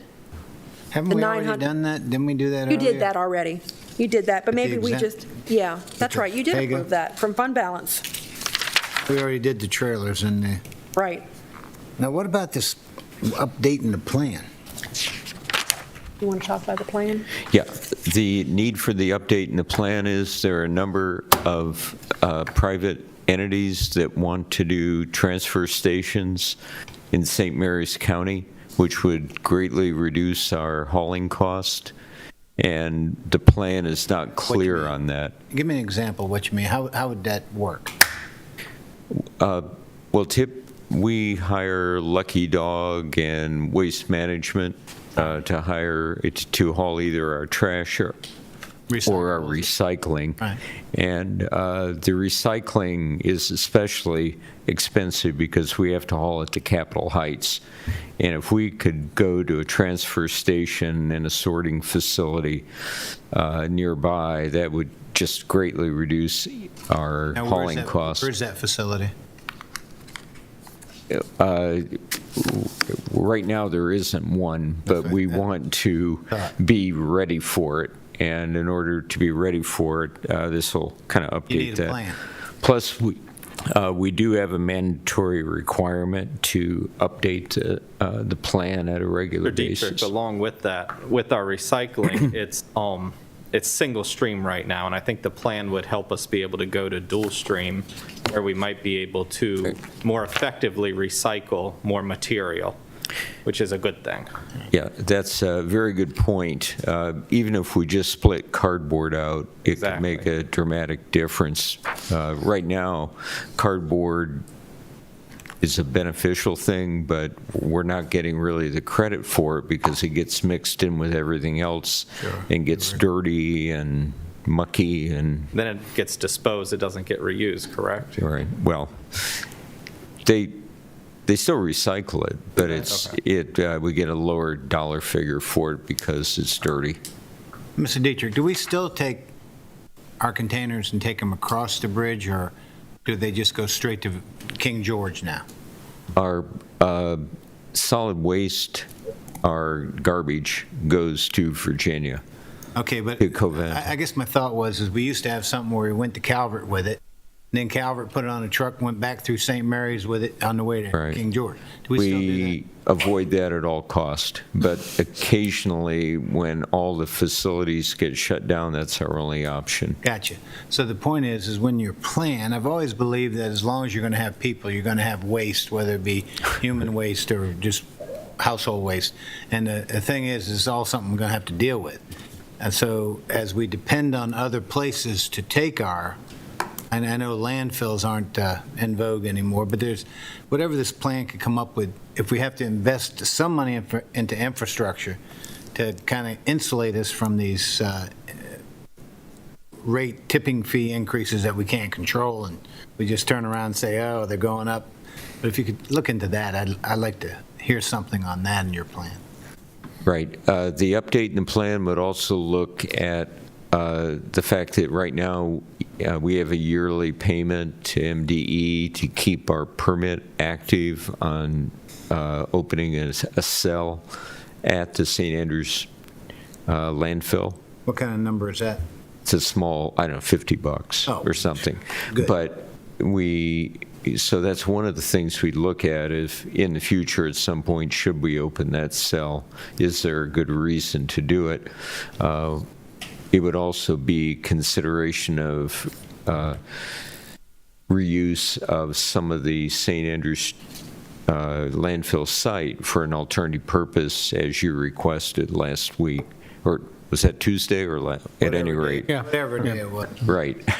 We're looking into that. We got some ideas already back, and but all of this would be rolled into the solid waste plan update. I think would be a good expenditure of money. Well, for not hauling it back across to Calvert and then coming back through St. Mary's, I like that.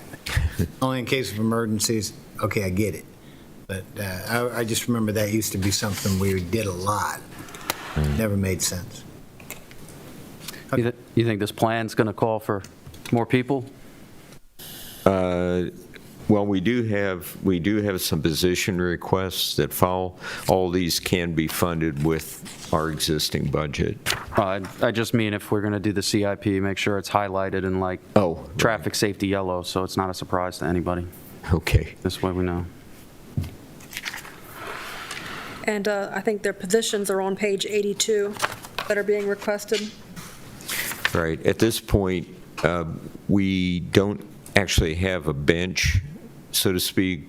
We don't have substitutes to bring into the game when we need them, and this would allow us to do that. It would also reduce overtime costs because typically the solution now is we look to Rick Tarr to supply people to fill in on the weekends in particular, and that's expensive because they're being paid overtime, and they also are probably a higher classification employee than we actually need at the landfill or the convenience centers. I mean, it works, and we get the job done, and we're still within budget, but it would definitely help reduce overtime costs. And visiting the transfer stations as much as I do, that's a legitimate position. That makes sense. I can go with the position. I would say to you what would be helpful is when you come in, a list of those cannot go in here, cannot, go down to the other landfill. Because look, they do a great job. They got a tough job, your people out there. But I've seen them, there's sometimes this guy will show up with a post, no, I can't put that in here, you got to take that. Okay, fine. And then someone else shows up with a whole bed and dresser drawers, and the guy says, just go ahead and throw it in, it'll be okay. So it's kind of tough, it's tough though. So if you had something that the people knew in advance. Wait, if you can't read the signs when you walk up the dumpsters, you got to give me a break. Well, by that time, they already got it in their hands, and what happens is a poor guy standing there has to make a decision. And I know of an instance where these people were unloading furniture and throwing it into the same one that people were throwing their bag trash in. Yeah. The guy next to him said, hey, they never let me do that. And so you mentioned something to the guy, and then they get upset that they're trying to be nice, but, get people trying to follow the rules. It's just tough when it's inconsistent. One of the things we really hope you approve is the solid waste recycling foreman, because that'll allow someone to be out in the field supporting the attendance at the convenience centers, and it will allow Nick more time to do administrative work, which quite honestly he hasn't been doing, to do things like the public information program, to update that, which would exactly target what you're saying. Well, I can see the need from going to the different transfer stations. It's evident. Yeah, I mean, I quite honestly, well, as Commissioner Morgan does, I visit the transfer stations, and I notice when there's trash laying around, the people at the stations do a good job, but sometimes they need reminders on things. And Nick spends a lot of time carrying bottles, cases of water out to the transfer stations, things like that really the foreman ought to do and ought to be involved in the scheduling of the workers. Well, the transfer station's done a good job of adding things to it other than trash. They got a metals bin now. We got fluorescent bulb bins and everything. And oil, different oil. I think it's great that they can even use clothing and things like that. I mean, I don't know what else you could do. I think you could put a used furniture Anything you want to get rid of. container out there. But a separate thing for electronics. I mean, it's we've expanded a lot to try to accommodate all of our people, so they have to go to St. Andrews to dump it out. But I appreciate all that. I really do. Well, thank you, and I appreciate you funding it because it really is a great service It's a great to the service. It really citizens. is. Great service. Can we circle back to this position on Peel? Once we figure out what all the shakeout is of all these other positions, these nurses, I know we Bring got a it lot. back in April. Oh, April. Well, yeah, this, we can pay for this using the existing The enterprise fund. enterprise fund. So we're not asking for The general fund for 95,000 it. extra person you can pay out of the enterprise fund? Correct. Yeah. Well, that's great, because it went from -11 to positive 300. Did? Oh, I know. I thought that's what Yeah, someone... you're right. I forgot I had said that. You're right. Ms. Cudmore, before I forget, can you please reach out to the state's attorney's office and make sure they're putting that position in, the forensic one on appeal? Because they were going to get more information. I just haven't been able to reach out to Mr. The evidence White. coordinator, I think? Yeah, they had more information that they were going to put together, and I had a note, I forgot it, but We'll send out something to them. yeah, they had more Them data. to and stuff. resubmit it during the appeal process. All right, I appreciate All it. right. Yeah, okay. Anything else? So where did we Finish with Public Works here? end up with We're that? going to include it in your enterprise fund. Okay, got thank it you all. very much. We got Most you. appreciated. We got you. You got everything you want. Christmas. Thank you. All right, in the last sheet, and I know Jody's been keeping track of all the numbers, hopefully we're still in the black. Page 84 is your nonprofit funding. And we went through the entire process that we've done in past years, and it went through the IT program that they had created. We have the 3 sections. We have Aging and Human Services, Economic Development, and Recreation and Parks. They were all scored, and the ones that were approved are in the column that says recommended.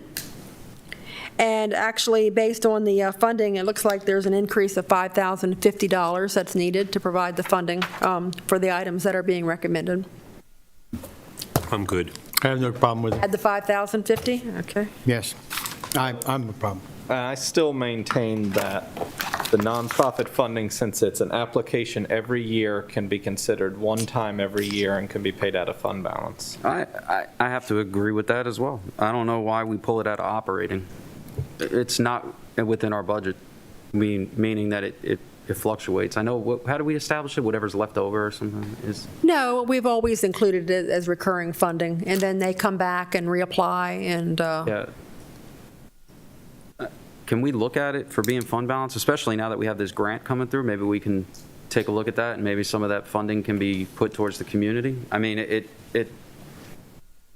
especially this year, looking at it, where we have such a large do we fund have any balance. fund I balance think this left? is reoccurring, though. I think We it's get normally it every been, that's year. why we've We always, did it out of fund balance. the year. 1 Yes.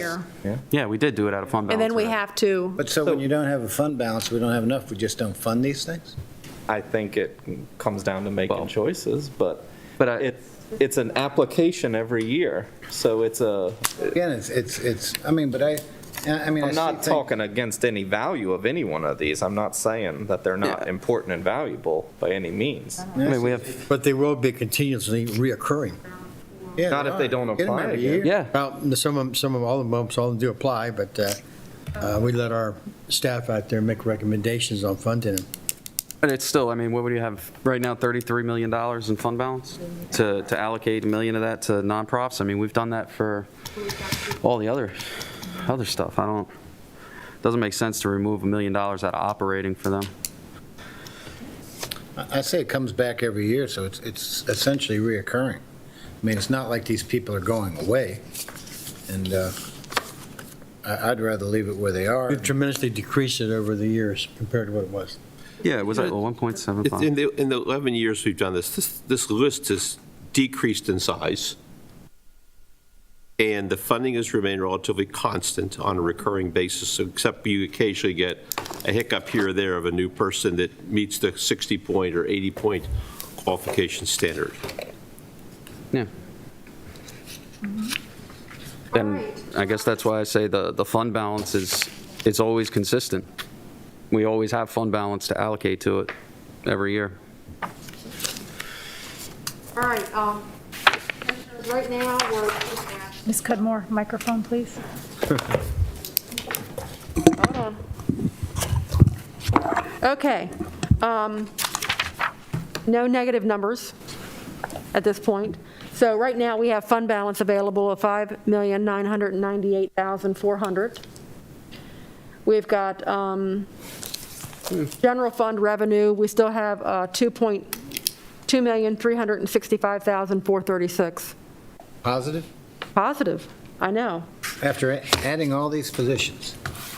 But that doesn't include all the 2.8 million for EMS, or it does? It does not, because that's a separate fund. Right. That's the emergency support fund. So all of those approvals are excluded from that number. Right, and we used 1.2 million for fund balance to the emergency services support for the LoSAP. So that's included. And then we have the grant funding, $700,000 for the health department and $270,000 to the College of Southern Maryland. So the Board of Education can meet their negotiated agreement. Here's that way. Well, we've got the transportation for them. What is it? You funded the 376,000. Well, what does that put us at, since we're sitting there, what does that put us and put the COLA in for the county employees? Yeah. I don't think we know yet. We still got to go to the EMS, got to be factored in, doesn't it? The EMS is in the emergency support fund. All right. So Just say that. the COLA, we had estimated at $700,000 For the county. for the county.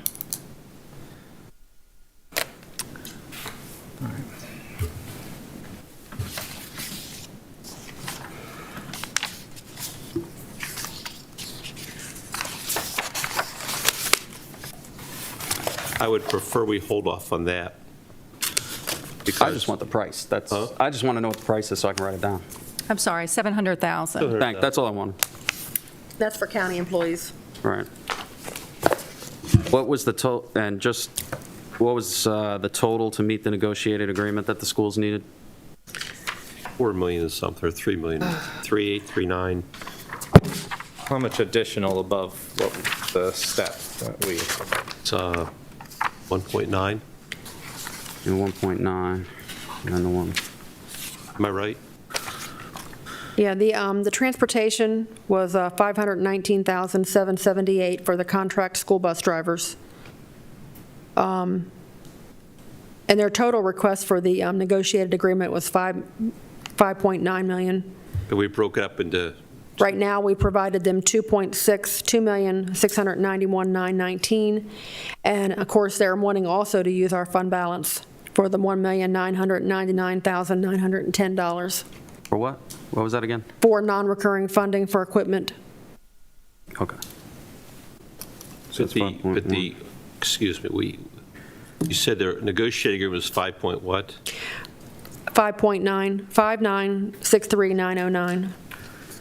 And we provided funding to them for the merit increase, the How much was that? $2,691,919. All right. So they need 3.2 to get their negotiating agreement.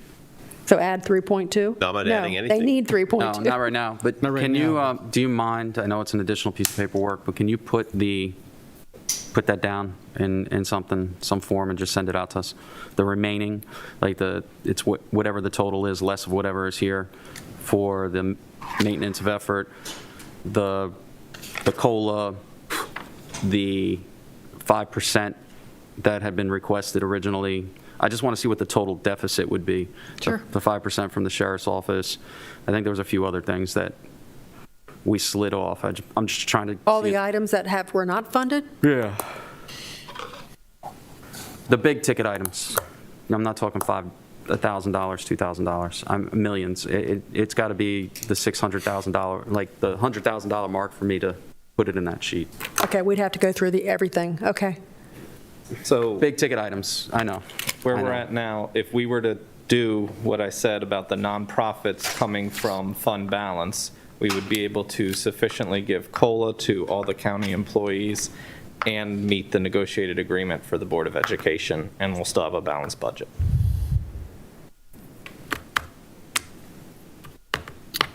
Well, you would be increasing your revenue by $1 million, which would bring your overage to 3.3. Your COLA is 7. It brings it down to 2.6, and the Board of Ed was 3.2. So I think there's a small deficit. I think they'd be able to Depending on your find perspective. that. But okay, good to know. Okay. It's good to But know we'll there's put it in that options. schedule and send it out to everyone, of course. Thank you for your hard work on this. Well, no, we need to come back with a balanced budget. Yeah. It's not a budget work session next week, No, I know. so we have Yeah. to, so you want us to go through and look for anything that's over $100,000 that was not funded? Big impact. Whatever you would label as a CFO as a major ticket item, I'm going to trust that you can figure that one out. I'm not going to make you get into the nitty-gritty on it. I just want to see what it'd be like. The Board of Education, big ticket item. The 5% that was removed, that's a big ticket item. The $700,000, that's a big ticket item. Things like that. Okay. Use your best discretion, please. Right, so we'll go through, reconcile everything outstanding over $100,000. We'll send you a list. Can I 'Cause we've- get one clarification? Did we confirm that the nonprofits to move to fund balance? I say yes, but no one else does. I said yes, but not. Two of us do. I say no, leave it in operating. Yeah, Todd? No. No, no. okay. So we'll It's come up with it's a more list. operating. All right, and we'll come up with a list and let you know what it is. We'll work with Dr. Bridget, and we've got to start putting all these numbers in, because we haven't put any numbers in yet, not knowing what you were going to approve. So want to make sure. I would remind that the policy on the nonprofit was they were awarded the funding after all departments were taken care of. So it wasn't $1 million. It was whatever what was left over after we satisfied our original budget was the policy that had been in place. So when we have $1 million here, it was $1 million, but if we had to do steps, COLAs, fund the maintenance effort, we've never, it was reduced by a certain amount. It was kind of what was left over in the budget. That I would have to get that policy. I'm not familiar with I'd it. have to go back to the meetings, but I just, and I can probably pull it because I have it. When we were redoing this with GoCap, the software from Governor's Office of Crime Control and Prevention, or whatever it was, or GMS. Okay, well, I mean, we'd have to look at it. All right. Anything else, Commissioners? Not me. Okay, thank you very much. It's a good, productive, All right, and we'll start Review. putting everything in, and then we'll come up with a list, and we'll have an amount that's different, and we'll provide that to you. And guess we'll go from there. thank you very much. I'm sorry I interrupted everybody for a few minutes, but Let's hope it was successful. Yes. had to testify this in. Real quick, the vice chair of the committee asked a question if any of the counties were involved in this bill from the beginning, as far as the, were they, Oh, you mean, did we participate? did we participate in any way? And all of them said We no. weren't. No, And we they, weren't. and they asked Sanderson, said, how about, since two of the counties I represent here, where did you find out? And he says, no, none of us were ever, the bill showed up and that's the first time we knew about it. No. He did a good job. Sanderson said this should go to court. Are we good to Sanderson adjourn? testified against Are we it. going to go ahead and adjourn? I'm sorry, we're adjourned.